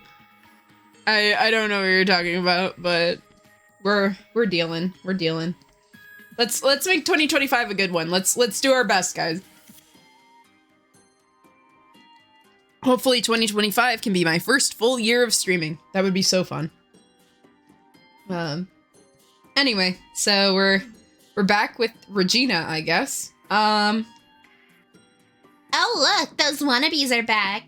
What are you doing here, away from your rat's nest? My gosh, what a weirdo brat. Aisha's eyes narrow, her fists clenched at her sides. Get lost, you phony pick-me loser. Regina raises her eyebrows, clearly unimpressed, but before she could respond, Casey steps forward with her cool tone. We're not here to deal with you, so unless you want to explain your very public, violent harassment comments to the police, I suggest you listen to her. Regina scoffs, throwing her hands as she walks away. Again, I just love that they, there's that shed in your bedroom. Oh my god. Luckily, in Transylvania, we don't have a lot of snakes. We have there's like small gardener snakes, but to be honest, I don't remember the last time I saw one. Probably like years ago. They're not like too common. Most of what we have to deal with is really fat squirrels. So I have not, it's like,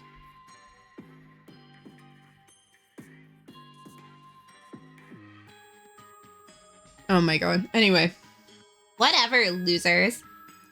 She disappears down the hall. Aisha lets out a breath of relief and high-fives Casey, who sighs as she accepts it. You both give them a small nod of approval before you continue your search. After walking through a maze of silent rooms for what feels like hours, you stumble upon a room that feels distinctly wrong, like a concentrated area of unsettling energy. The door is ajar, and from the crack underneath, a faint green glow seeps out, bathing the hallway in its eerie pulsating light. You see, maybe you should make your evil lair a little less, like, bright, you know? That does kind of come with the issue that if you have your bright neon, like, high-tech secret lair, I feel like the light will be a dead giveaway. Anyway, the air feels thick and sizzles with electric energy, almost like a digital world inside. Sorry, inside leaking into the real one. Wow. What the hell is that? You gently open the door, and the sight inside stops you in your tracks. The room is filled with computers, all of them displaying strange, corrupted code written in incomprehensible glyphs. Ooh, cyber weird futuristic stuff. The green glow emanates from all the screens, bathing you in near hypnotic haze. Casey seems disgusted. This is some kind of digital nightmare. What is my father hiding? Maybe just all the high-techs. I'm assuming it's not, but I would easily explain it as a redeemable. You should use Hydrate as a redeemable using your channel points. Honestly, I should. I have to, as I have stated multiple times, I am absolute crap at setting up anything tech-wise. So that's gonna have to be a my friends help me with this situation type of thing. I'm gonna, at some point, I should ask my friends to help me set up that kind of thing, but for now, I deal with this all on my own. It's actually kind of a miracle that I was able to set up me streaming like this at all. I did have a friend help me with OBS, but luckily VTube Studio I managed to figure out all by myself. So I can do that at least. Twitch, that's a whole other beast. I'm gonna have to ask someone for help with that. As you step further into the room, you spot something even more horrifying. Mealy's body is slumped over the center of the room, sitting motionless in a chair. Oh shit, shit, shit. Shit, shit.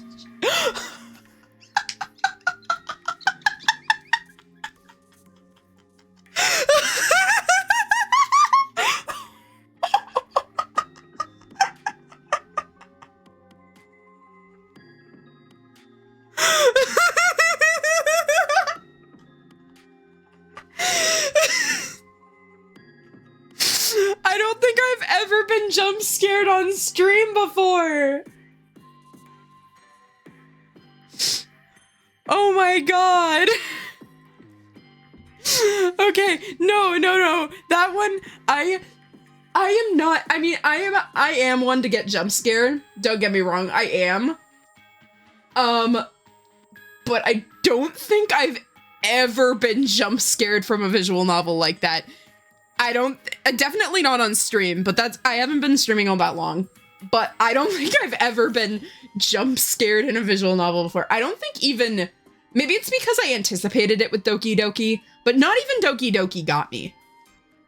Like, this got me though. Yeah, that got me. I'm sorry. Okay.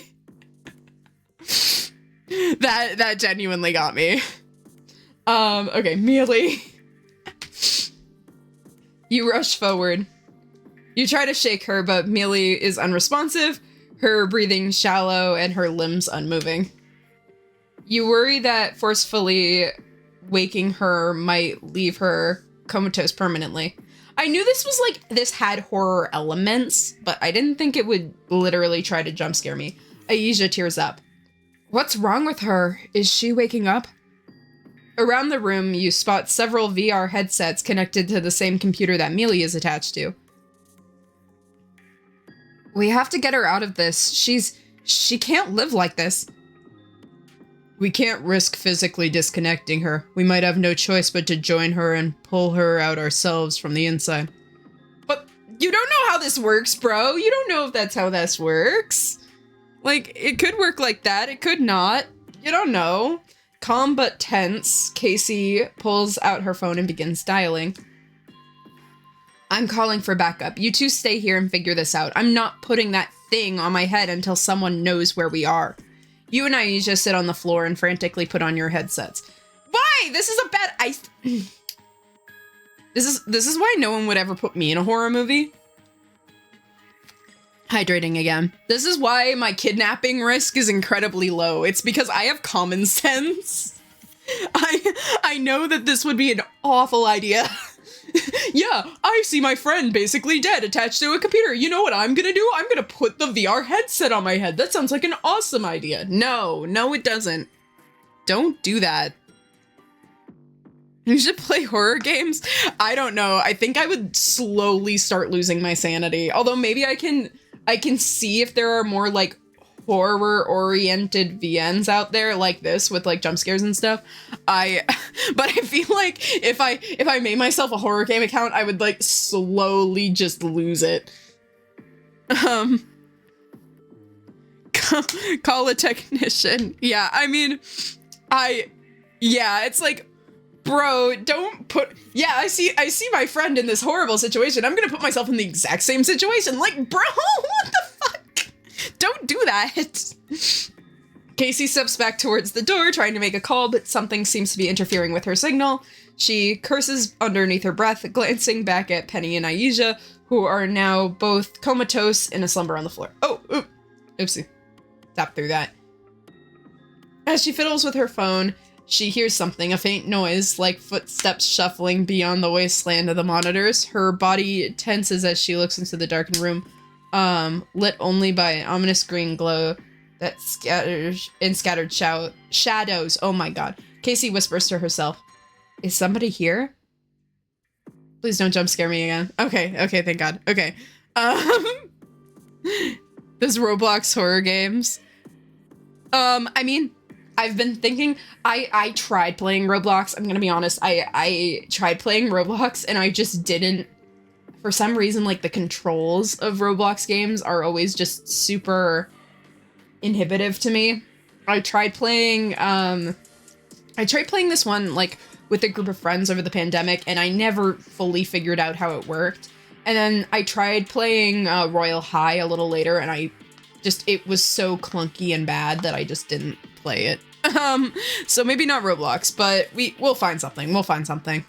You and Aisha find yourself standing in an atrium of strange space with humming air and rippling walls.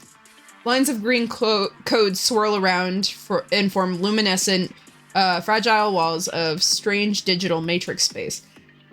Everything feels tinged with unreality, like you have stepped into a world between worlds. Instead of your bodies, you're wearing avatar forms, which shimmer in and out of visibility. This place is freaky. It's like being inside a video game. It is, but Mealy's trapped in here somewhere. Aisha is wide-eyed as she looks around, and... Ooh, okay. Wait, hold on. Will we see that again?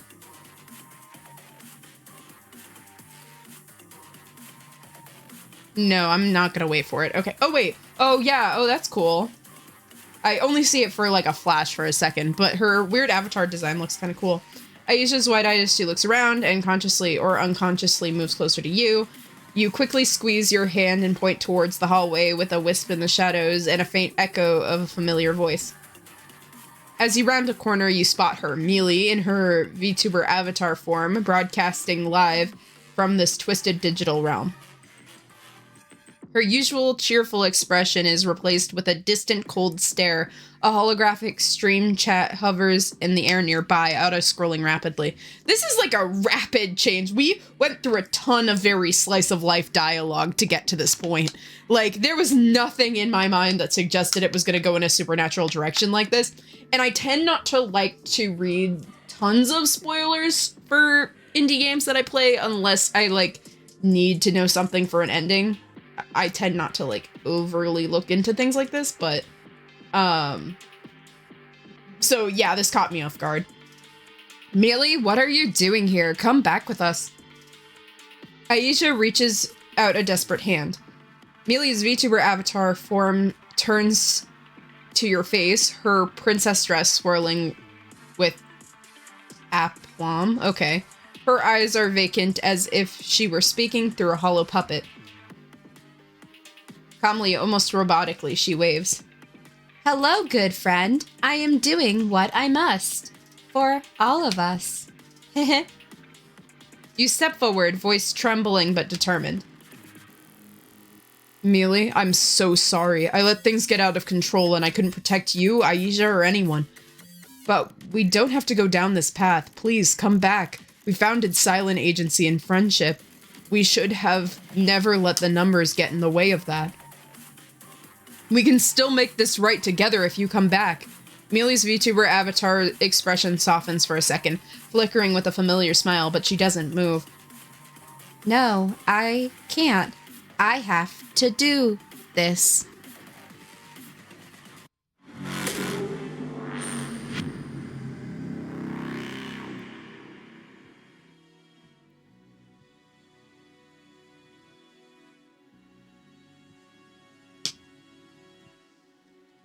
Okay.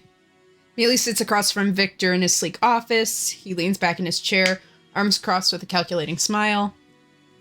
You want to go ahead, get ahead in the industry, right? Lift Cylen Agency from its lowly ranks to the top. Of course. Victor motions for her to follow. He leads her into a hidden room. The same computer glows with a green corrosive light.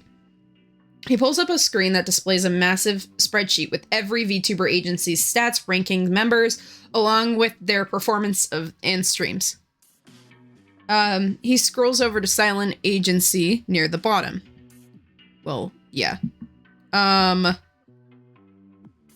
He scrolls... Blah, blah, blah. Read that already. This entire industry... It's all a simulation. A manufacturing gambling system built on who's worth betting on and deciding which chips should trade hands. I mean, you could say that about basically every industry. Blah blah blah. Also, I don't speak I think you're I don't know if it's Tagalog or just other Filipino. But I don't speak that, unfortunately, but my translation tool says what time it is for me, and it's not like too late at night, but it's the nighttime over here. Kirk, congrats. Thank you. At this point, again, being on the internet, spending too much time on the internet, I've kind of gotten a sense of which language is which. But I don't speak those languages, unfortunately. I speak English, I speak a little bit of Spanish, and a little bit of Japanese. Don't sleep at 5 a.m. or later. Yeah, I tend to at least get a semi-decent amount of sleep. Yeah. Wow, Japanese. My Japanese is pathetic. So is my Spanish. So, I took both of those languages in school, but I'm not that good at them. So my apologies if someone speaks that in the chat, I'll probably be like, what? Because it'll probably take me like 5 minutes to figure it out. Anyway.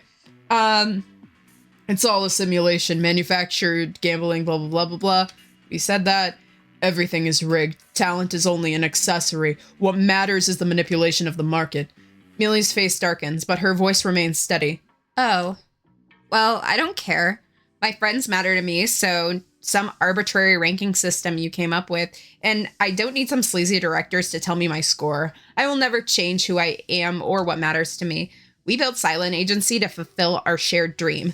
Victor leans closer, his voice low with light amusement. Beautiful, pretty words. But what if your agency fails? Your friends won't have a place to go. You'll all be separated, grinding entry-level jobs, barely able to see each other. Is that what you want? Mealy's wide smile begins to waver. Your manager, Penelope, doesn't get it. She's naive. She thinks she can protect everyone with clean hands and pure ideals. But you're smarter than that, aren't you? Like me, you know that sometimes you have to get your hands dirty to protect the ones you love. Mealy hesitates, torn between her values and a deep-rooted fear of losing her friends. I would do anything to protect my friends. Good.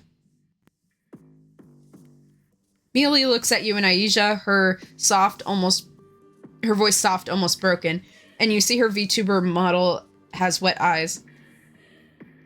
I did the doxing. I thought if I ruined everyone else's career, I could get to the top. I could keep us together. Aisha gasped, her eyes filled with tears, but she steps closer to Mealy, giving her an air hug.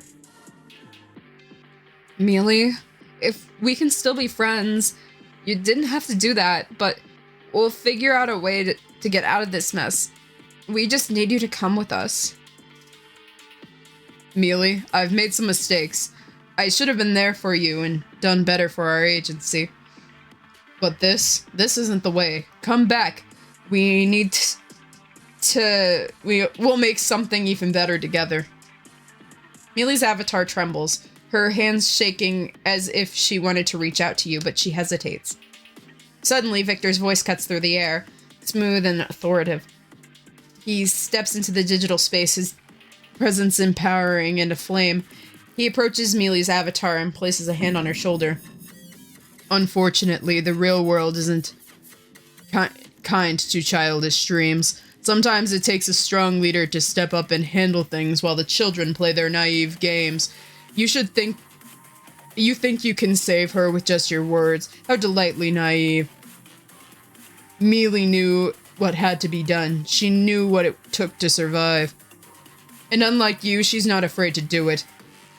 Your fists clench. Aisha mutters unhinged curses under her breath. We were friends before we were Cylen Agency. I won't let you destroy what we've built. Victor laughs, his eyes lit with the blue fire. The charms of youth. We'll see about that. Meanwhile, Casey moves swiftly through the darkened hallway, her senses sharp and, tense, whatever. She avoids the eerie glow, but winces and turns the corner and comes face to face with Regina. She's leaning casually against the wall, the smirk of superiority on her face. When she sees Casey, she snorts, her voice dripping with disdain. Well, isn't it Miss Perfect Princess? Come to save the day, haven't you? Casey's eyes narrow, her voice calm but icy. Where's my dad? I'm not in the mood to handle your dollar store sarcasm. Tell me where he is and what he's planning. Her grin widens, but her eyes flash something darker, resentful. She saunters closer. Lost track of dear old daddy. Oh, the one who makes sure that your little problems disappear with the snap of a finger. Must be nice, right? Having everything handled for you and not even bothering to use it. I thought that her just having bitch over her face would be like a one-off thing, but no, they're consistently using this character and they purposefully did not give her a model. That is kind of hilarious. I actually kind of almost like this better than having given her a model. Like, if you really, from my understanding, this was done for a game jam, and honestly, if you were gonna do this for a game jam and you ran out of time, putting bitch over her face was probably your best option. This is honestly amazing. It makes me giggle every time I see her. You don't know anything about me. Don't I? You think I would know what it's like. I had to scrape for everything, and I do things that would make you sick just to stay relevant. no safety net to catch me if I don't stay on top. And because your friend meddled, I can't even keep my name to myself. And you were born with a silver mic in your mouth, and yet you refuse to stream, refuse all the opportunities handed to you. Pathetic. And you have that luxury and let it all go to waste. Her voice grows venomous, her bitterness palpable, her eyes alight in corrosive green glow. You resent me because I choose to go a different path instead of following my father's footsteps, or because you had to do things you resent just to stay afloat. I'm sorry that you had to struggle, but you need to handle that as your own problem. You simply don't get it. You think you're better than everyone else, don't you? Too good for this life that was lined up for you. But here's the thing, Casey. Your dad knows it. Your friends know it. You know it. You're just a coward who ran away. Casey's hands tighten into fists. This is going nowhere.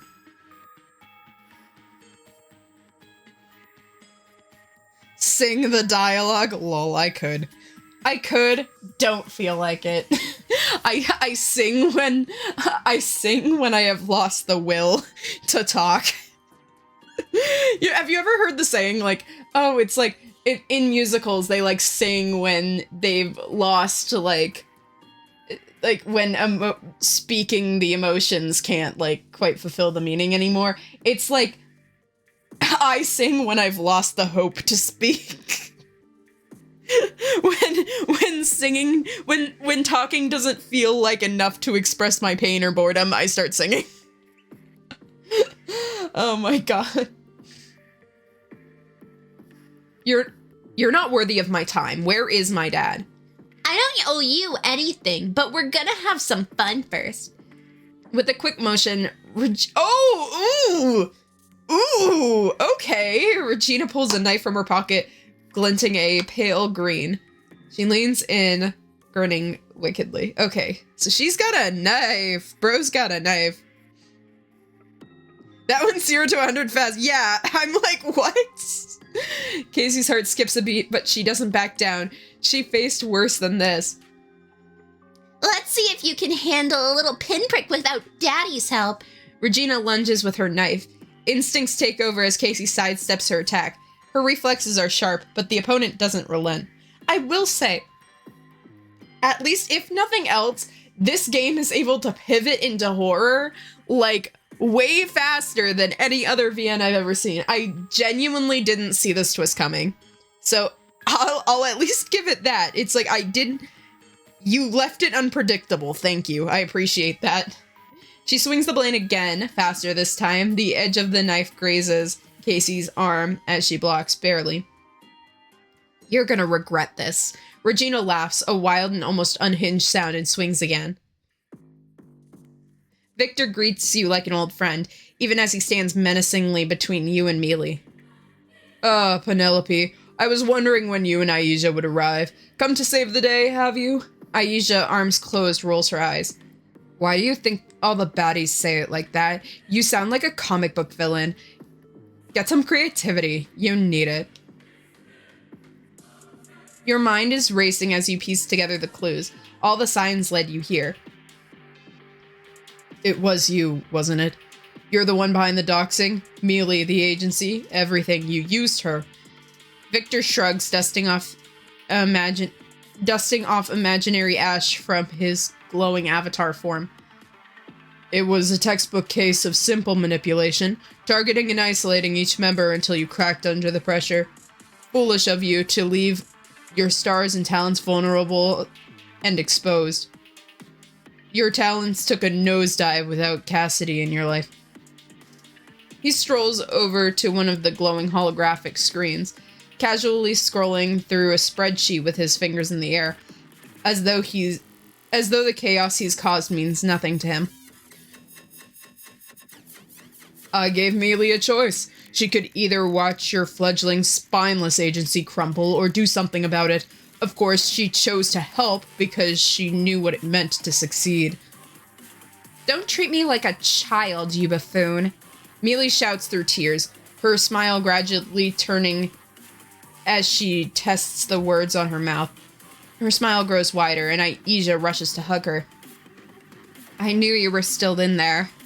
Aisha turns over to survey Victor while the cocky surliness only a teenager possesses. With the cocky surliness only a teenager possesses. I can still read! We are here! Yeah!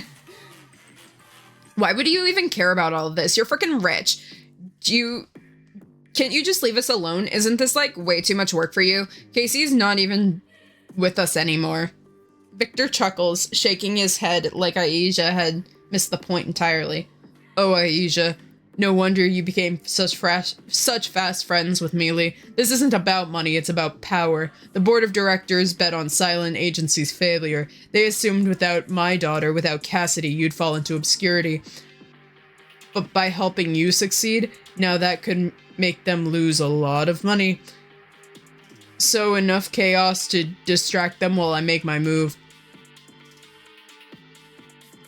Oh, was that Mealy who said that, or was that... Oh, no, that was still him, and then we switched to manager. And you played with people's lives and doxed them. For what? Just some virtual prizes? No wonder Casey never wants to talk about you. What kind of person does that? Who's Victor anyway? You might have forgotten. He is the director of our, sorry, hydrating. The director of, like, our rival agency called Team Victory. So there's Cylen Agency, which is my agency, obviously. And then, there's Victor's agency, which is Team Victory. And he's kind of pulling the strings behind the scenes of the whole VTuber industry, I guess it turns out. So Victor shrugs again, his nonchalantness chilling. His fingers stop scrolling until it lands on the agency's name, Cylen Agency, right near the top. I'm the kind of person who's willing to do whatever it takes to win. If the VTuber industry made Cassidy cry, then perhaps it's time to burn it all down. Let's reveal the identity of all the VTubers and crash this party. Let it all collapse into ash, and use the mystery of the fallout to boost Cassidy's career as a detective. Fitting irony, is it not? I'm rather proud of how neatly it all ties together. Your hands ball into a fist. It wasn't about taking Mealy or your agency, it was about destroying everything you all had worked for. And once the industry is aflame, well, oh wait, that's his dialogue. And once the industry is aflame, well, let's just say I have some leverage. Now that the board is distracted, doxing every single VTuber will give me exactly the kind of attention and power I need to control the narrative. After all, isn't it worth dirtying your hands with the ashes of strangers' lives to make sure the people you care about are on top? So everyone except your daughter is a chess piece to you? Aisha shifts uncomfortably, huffing. Mealy pats her avatar's shoulder. I struggled to get out of my couch bed today, and you found the time for this while still running your agency? Hypocrite much? Only the chronically online have the energy for all this drama. Honestly, feel that. Feel that. Victor chuckles as Aisha and Mealy's remarks, but his eyes stay on you as you wrestle with the acid of his words. But you do understand, manager. I sacrificed all of this for the ones I cared about. Surely you would do the same to keep your friends from crawling through soulless jobs away from each other and losing themselves to dreams. If you join me, I can make sure you all join Cassidy at the top. You take a step forward, heart pounding. Victor's words are eerily tempting, crafting to prey on your insecurities, just like that email. Your fear of failure, of losing your friends, of shutting down your agency. You look at Aisha, who seems unaffected, watching the whole thing like it's a late-night rerun of a reality show. Aisha glances at you, raising an eyebrow. Look, I am not into the whole burning everyone else down plan. Too much work for too little payoff. Hell, did you even ask Casey? You meet Aisha's eyes, reminding of how much you've grown. Success isn't worth destroying the people you love. No, Victor, I'm not like you. I don't need to hurt everyone else to protect my friend. If we fail, that's okay, because we have each other. And that's what matters the most. Oh, wow, that's the most cheesy rhetoric I've ever heard in my life. It's fine, it's fine. Victor's smile fades slightly, but he nods for your expected answer. Idealism won't save you, manager. I've served on the board of directors for years now, and they don't give a damn about your friendship. If they want your agency to succeed, you'd have to be ruthless. It takes a real leader to make the hard choices. It takes a real leader to stand by their principles, even when it's hard, even when it means failing. You don't get it, Victor. We're stronger together, not because of success, but because we care about each other. Okay, shonen battle anime, let's go. I'm snorting a lot today, oh my god. I tend to do that when I laugh sometimes. I also sound like I'm, like, choking. That's why I tend to never laugh when I read dialogue. I just think my laugh sounds stupid. You look over at Aisha and Neely, who nods in quiet agreement, steadfast in your choice.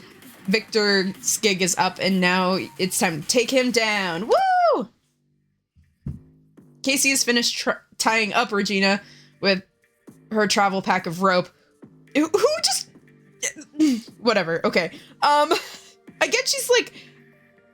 she's not a cop, she's, like, a detective. But, like, why would you just have, like, random rope on you? Okay. Her expression flat and distant. After she stopped holding herself back, the struggle was brief, too brief to satisfy the bubbling frustration inside of her. It turns her attention to the multiple screens across the hallway to show you the live feed of Mealy's stream. Her eyes narrow as she realizes that being broadcast isn't just Mealy's typical VTuber antics. It's everything. Her father's grand manipulative plan. Wait, they streamed that whole thing? I feel like Victor should have known about that. That is so stupid. That is the stupidest thing I have ever heard. I assumed at that point the stream was suspended. But it was all in the stream? It's everything her father's grand manipulative plan. He did so love to talk. Your emotional plea and Aisha's youthful determination. It's all out there for the world to see. Great, Victor. Awesome. Glad to know that you think about things before you do them. You stupid dumbass. She grits her teeth, realization hitting hard. I feel like this is so cheesy. Oh my god. While she was busy taking her first steps out of the VTuber world she'd always known, they were scheming and fighting their battles without even asking her for help. But what stings most is the conversation itself. Casey watches as your plea to save Mealy, revealing your vulnerabilities, and falter in the face of Victor's calculated, tempting promises. All this time, I was worried about living up to your expectations, and here you were, drowning for the shame. Okay. She had always looked up to you as a symbol of strength and resilience, and her father, he was always a looming figure in the background, but someone she respected despite their difficulties. But now they were both pathetic in their ways, tearing themselves and each other apart. Not only were they flawed, but they were shining a light on every crack. How could two people she looked up to be so messy? Casey reached for her phone, noting there is a signal now. Once again, this is Casey. I'm back up at Team Victory's office. Several people are comatose and injured. I need to get the team here ASAP. Casey watches the live stream for another moment. Her father's smug voice filters through, attempting to convince you to join him. It grates on her. This wasn't how she planned to spend her night. Jumping... I mean, this doesn't seem how most people would think to spend their night. Jumping into ridiculous virtual nightmare with the would-be anti-heroes and emotional breakdowns. Of course, those fools aren't going to wait for backup. Well, if they think they're going to finish this without me, they're wrong. With a sharp inhale... No! dumbass. Okay. Casey puts on the nearby VR headset and allows her frustration to fuel her.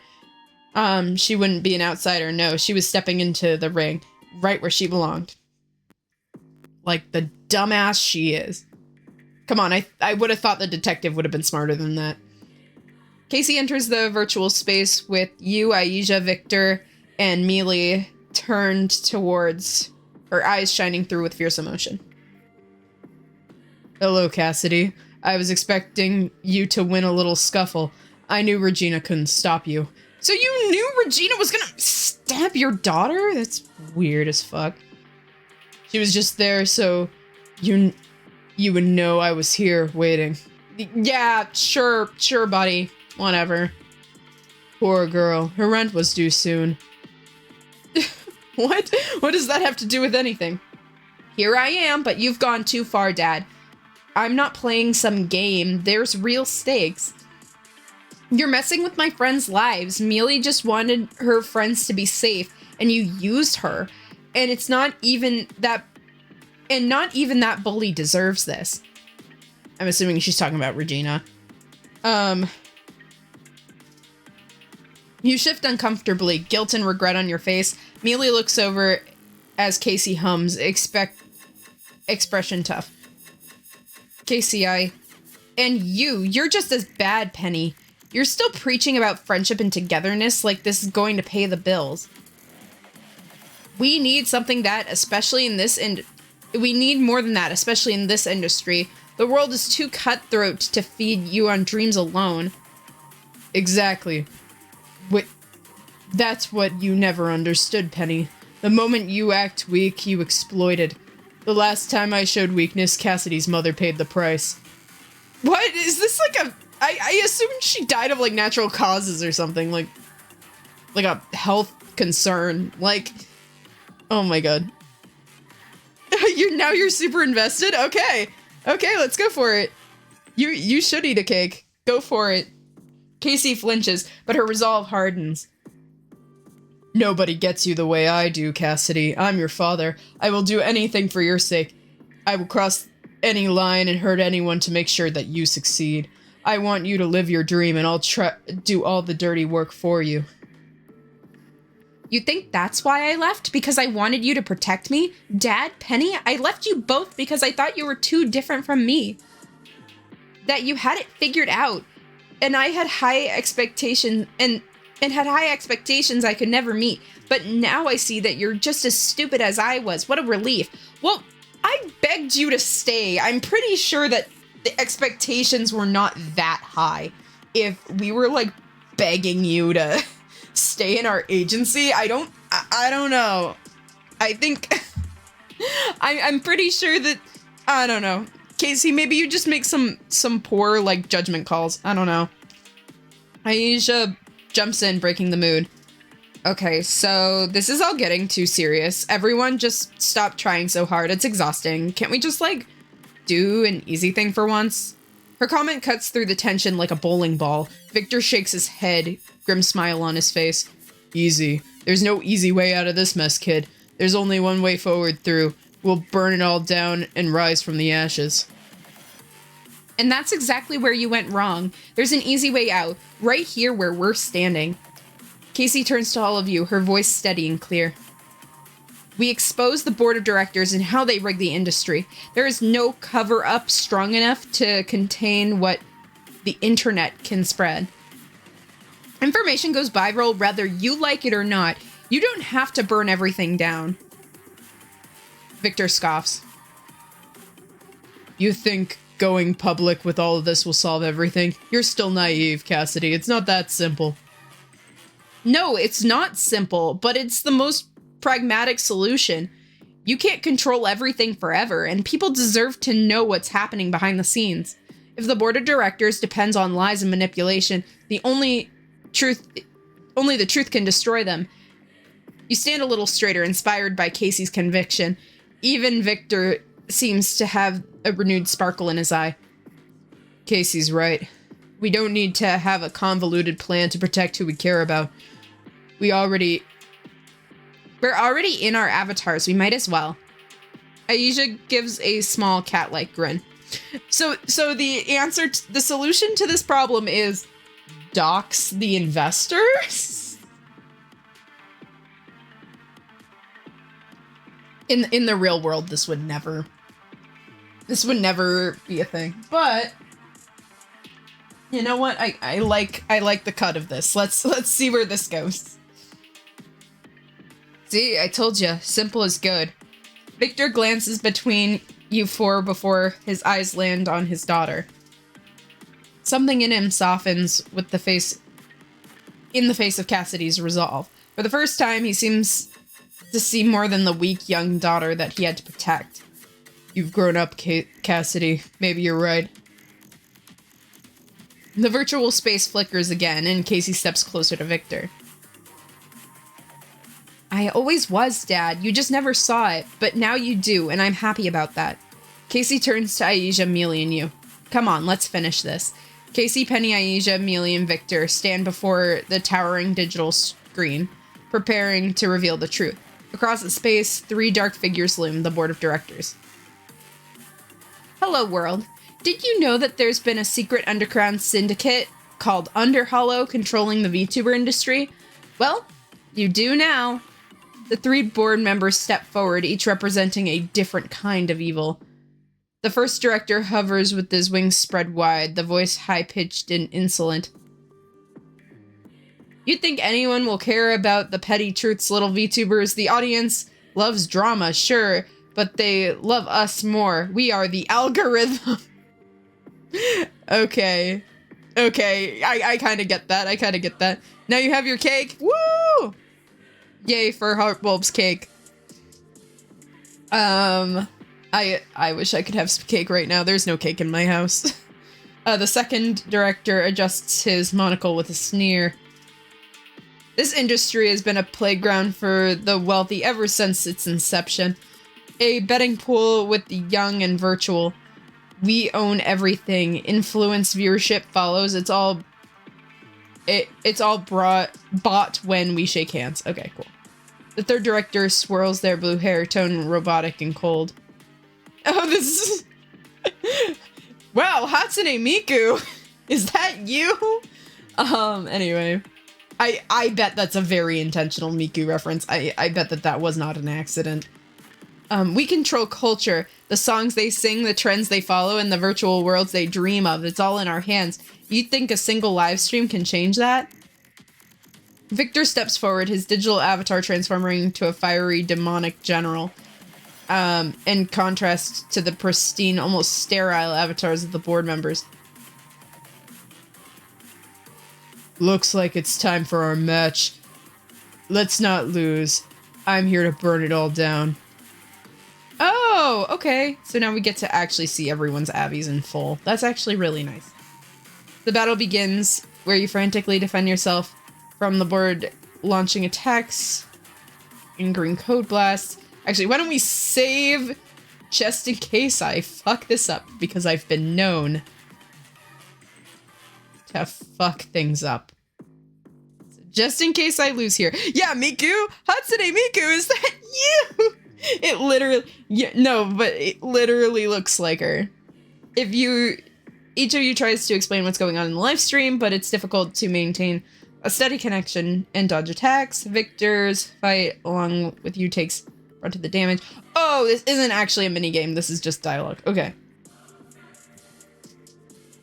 But there's only one of him and 3 directors. I love everyone's character designs, though. This one seems perfect for Casey. She looks really cool. And then it very much resembles her dad, too. Her dad's back here. We've seen Princess before, but Aisha looks pretty cute. On it. Also, can we talk about how one of these fools is a little too smug for a pop culture puppet?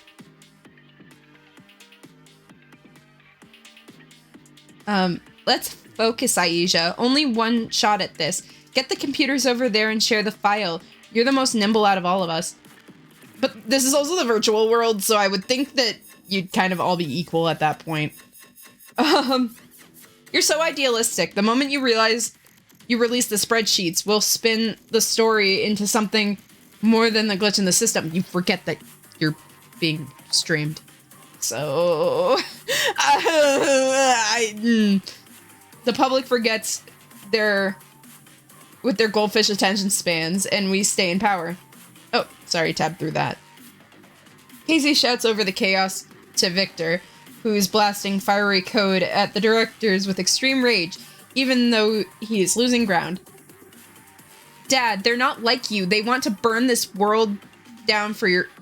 You want to burn this world down for your family, but these guys, they're doing it for profit and control. We can't let them win.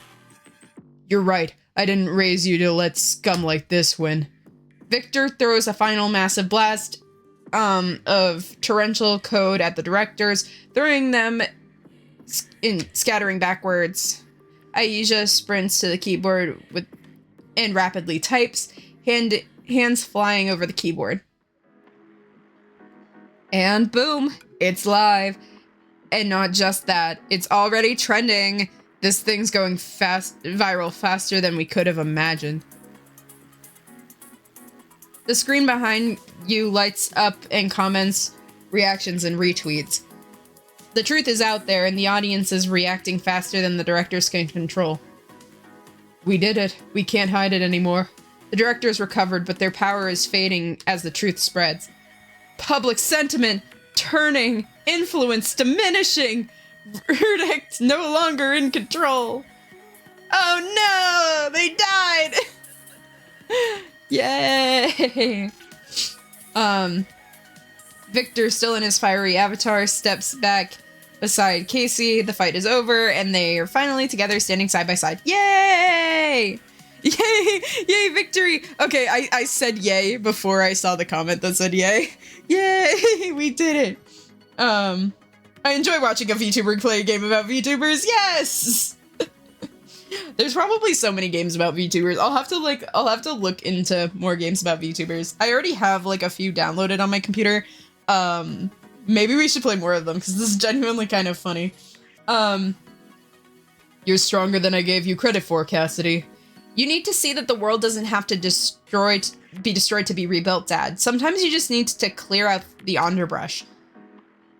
You turn your attention to the live stream and the viewers racing to react to your spreadsheets, and then everyone gets arrested. Anyway, you know the solution to doxing is doxing. Is the story ending? I'm not sure. We'll have to see. To all of you watching, this is the truth. The VTuber industry was never about talent or relatability. It was rigged for profit, and that doesn't mean we have to stop creating and stop dreaming. We have to take back control. We can make this virtual space ours once more. Yeah, let's not get too cheesy. Power of friendship saves the day and all. But that's exactly what happened. You can all come back for me. Thank you. Sorry, but thank you. The screen flickers one last time, showing the spreadsheet has now been shared far and wide. Again, though, like, why did he risk... I'm still stuck on him risking a chick, like, stabbing his daughter for all of this. Like, what? I would not risk, like, someone stabbing my daughter. Though rigged from the start, the VTuber industry is now in the hands of the people. Woo!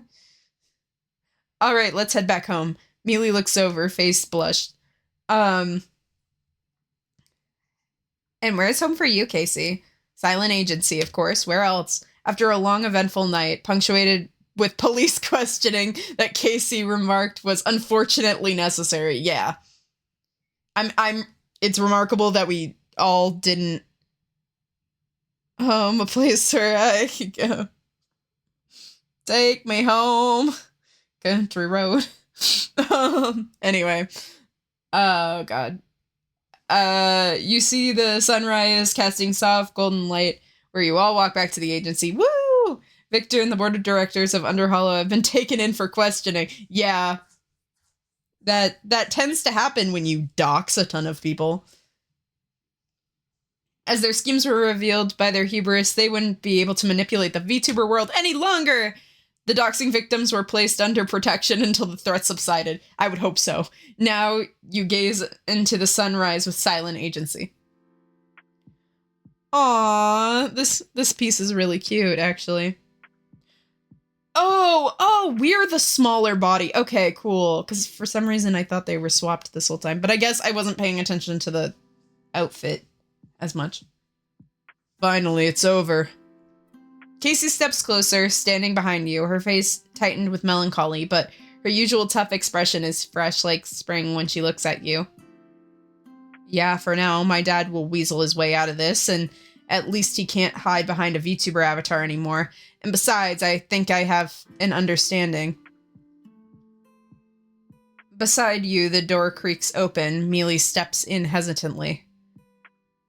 From what your sleep-deprived brain recalled, one of Casey's colleagues cited some little-known clause. It allows Mealy to get away with no charges as long as she did community service and stayed off the internet for about a year or so.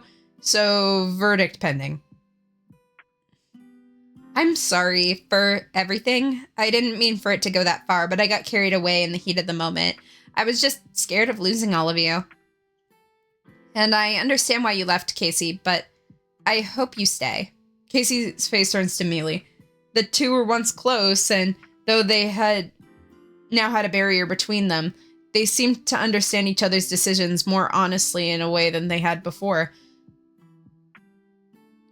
We were all doing what we thought we had to do. No hard feelings. You were always my friend.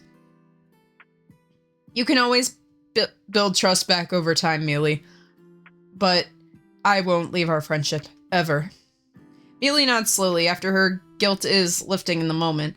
The silence feels like a chapter closing, with one waiting in the wings. Ooh, raid! There's a raid? Hi, raid! Doggo raid best raid. Hi, PC Doggo. And hi, your audience. This is... Oh, wow. Okay, hi, guys. Hello. This is kind of a... Welcome. Welcome in, welcome in. This is kind of a weird time to raid. Because we're kind of wrapping up the story here, but you guys have come at an interesting time, but it's lovely to meet you guys. Hi, my name is Cylen Claris. I am a immortal sugar vampire VTuber. And I mostly play visual novels, and I like to voice act my way all the way through. Even when I am making mistakes, like, oh, hi, 11 of you. God, okay, this is more than I normally get.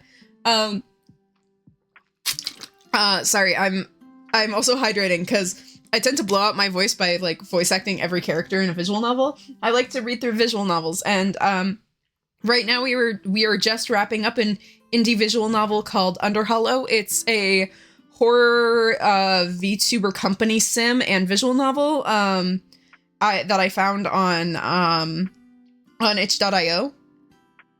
Bro is speechless, yeah.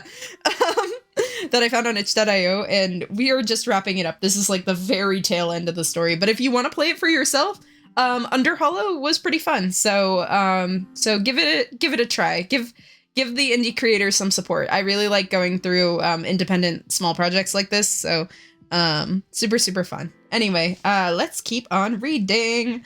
Thank you for the understanding, and I'm grateful. You turn away from the window, pondering the four of you. This is the heart of Cylen Agency. The people, not the numbers. They had fought a harpy, a robotic software clone, aka a Hatsune Miku clone, and a typical old rich dude, and saved the day together with the power of streaming. And more importantly, friendship. They were all still here. All right, now we have had some heartfelt moments.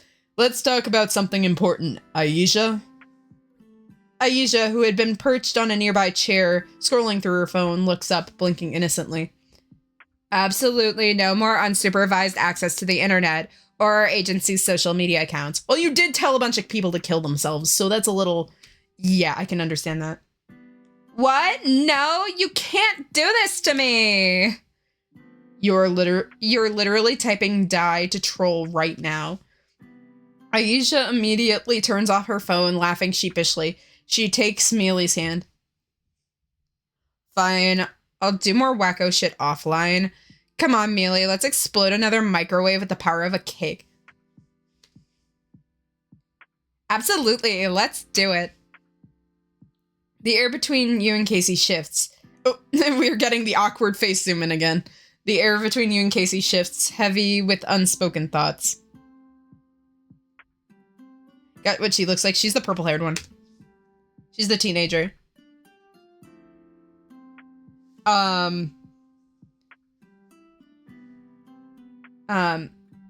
You haven't yet addressed the issues that have grown between you two, like a frigid barrier, ice too thick to break. Your complex relationship was fractured by Casey's departure. But now, after all your secrets were revealed and embraced, perhaps there is room for something new. The golden sunlight streams through, casting you and Casey in luminous bright glow. I know a lot of things have happened between us, but I don't want to repeat that mistake. I was thinking perhaps we could start fresh, maybe even work together again. Casey studies you for a long moment, her toughened expression still firm and in place. But the vulnerability of her gaze hints at something deeper, a longing for connection, for something real after pushing you away.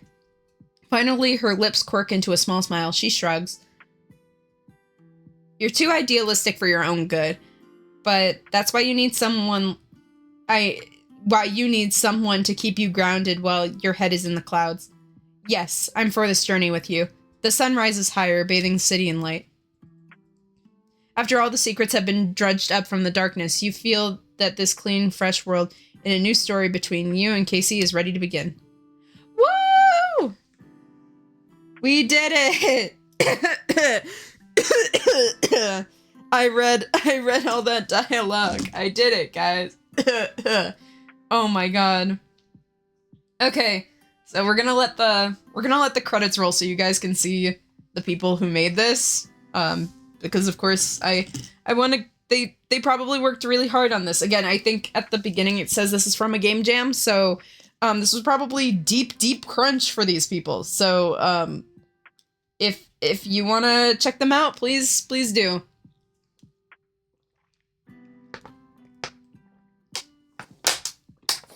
I just finished the last of that water bottle. Victory!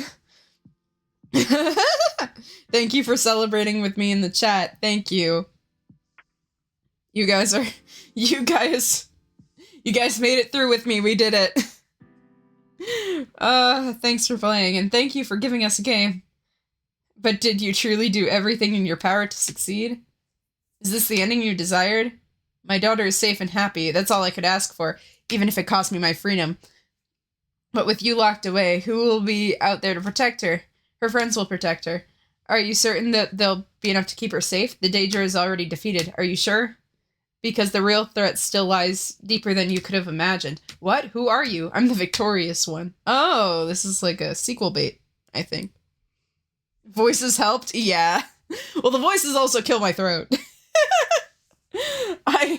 I try enough. I mean, that's mainly why I'm a VTuber and do this type of thing, is because I love voice acting so much, but oh boy, does this game have chunks of dialogue that kill my throat. Oh my god. Your throat is an important sacrifice. It is. You still have a lot of work ahead of you. Join me. Fine then, get me out of here. Ooh, sequel bait. Sequel bait. Okay, awesome. Well, thank you guys again for joining me for this second round of UnderHolo. I probably won't get the VOD up tonight because it's a little too soon. But like it's too late for me to sit down and like figure out how to upload the VOD. But thank you so much for playing through this with me. I appreciate it a lot. I will see you guys in the next stream, which will hopefully be less taxing on my voice than this. But thank you so much for sticking around. Have a good night, guys. Bye!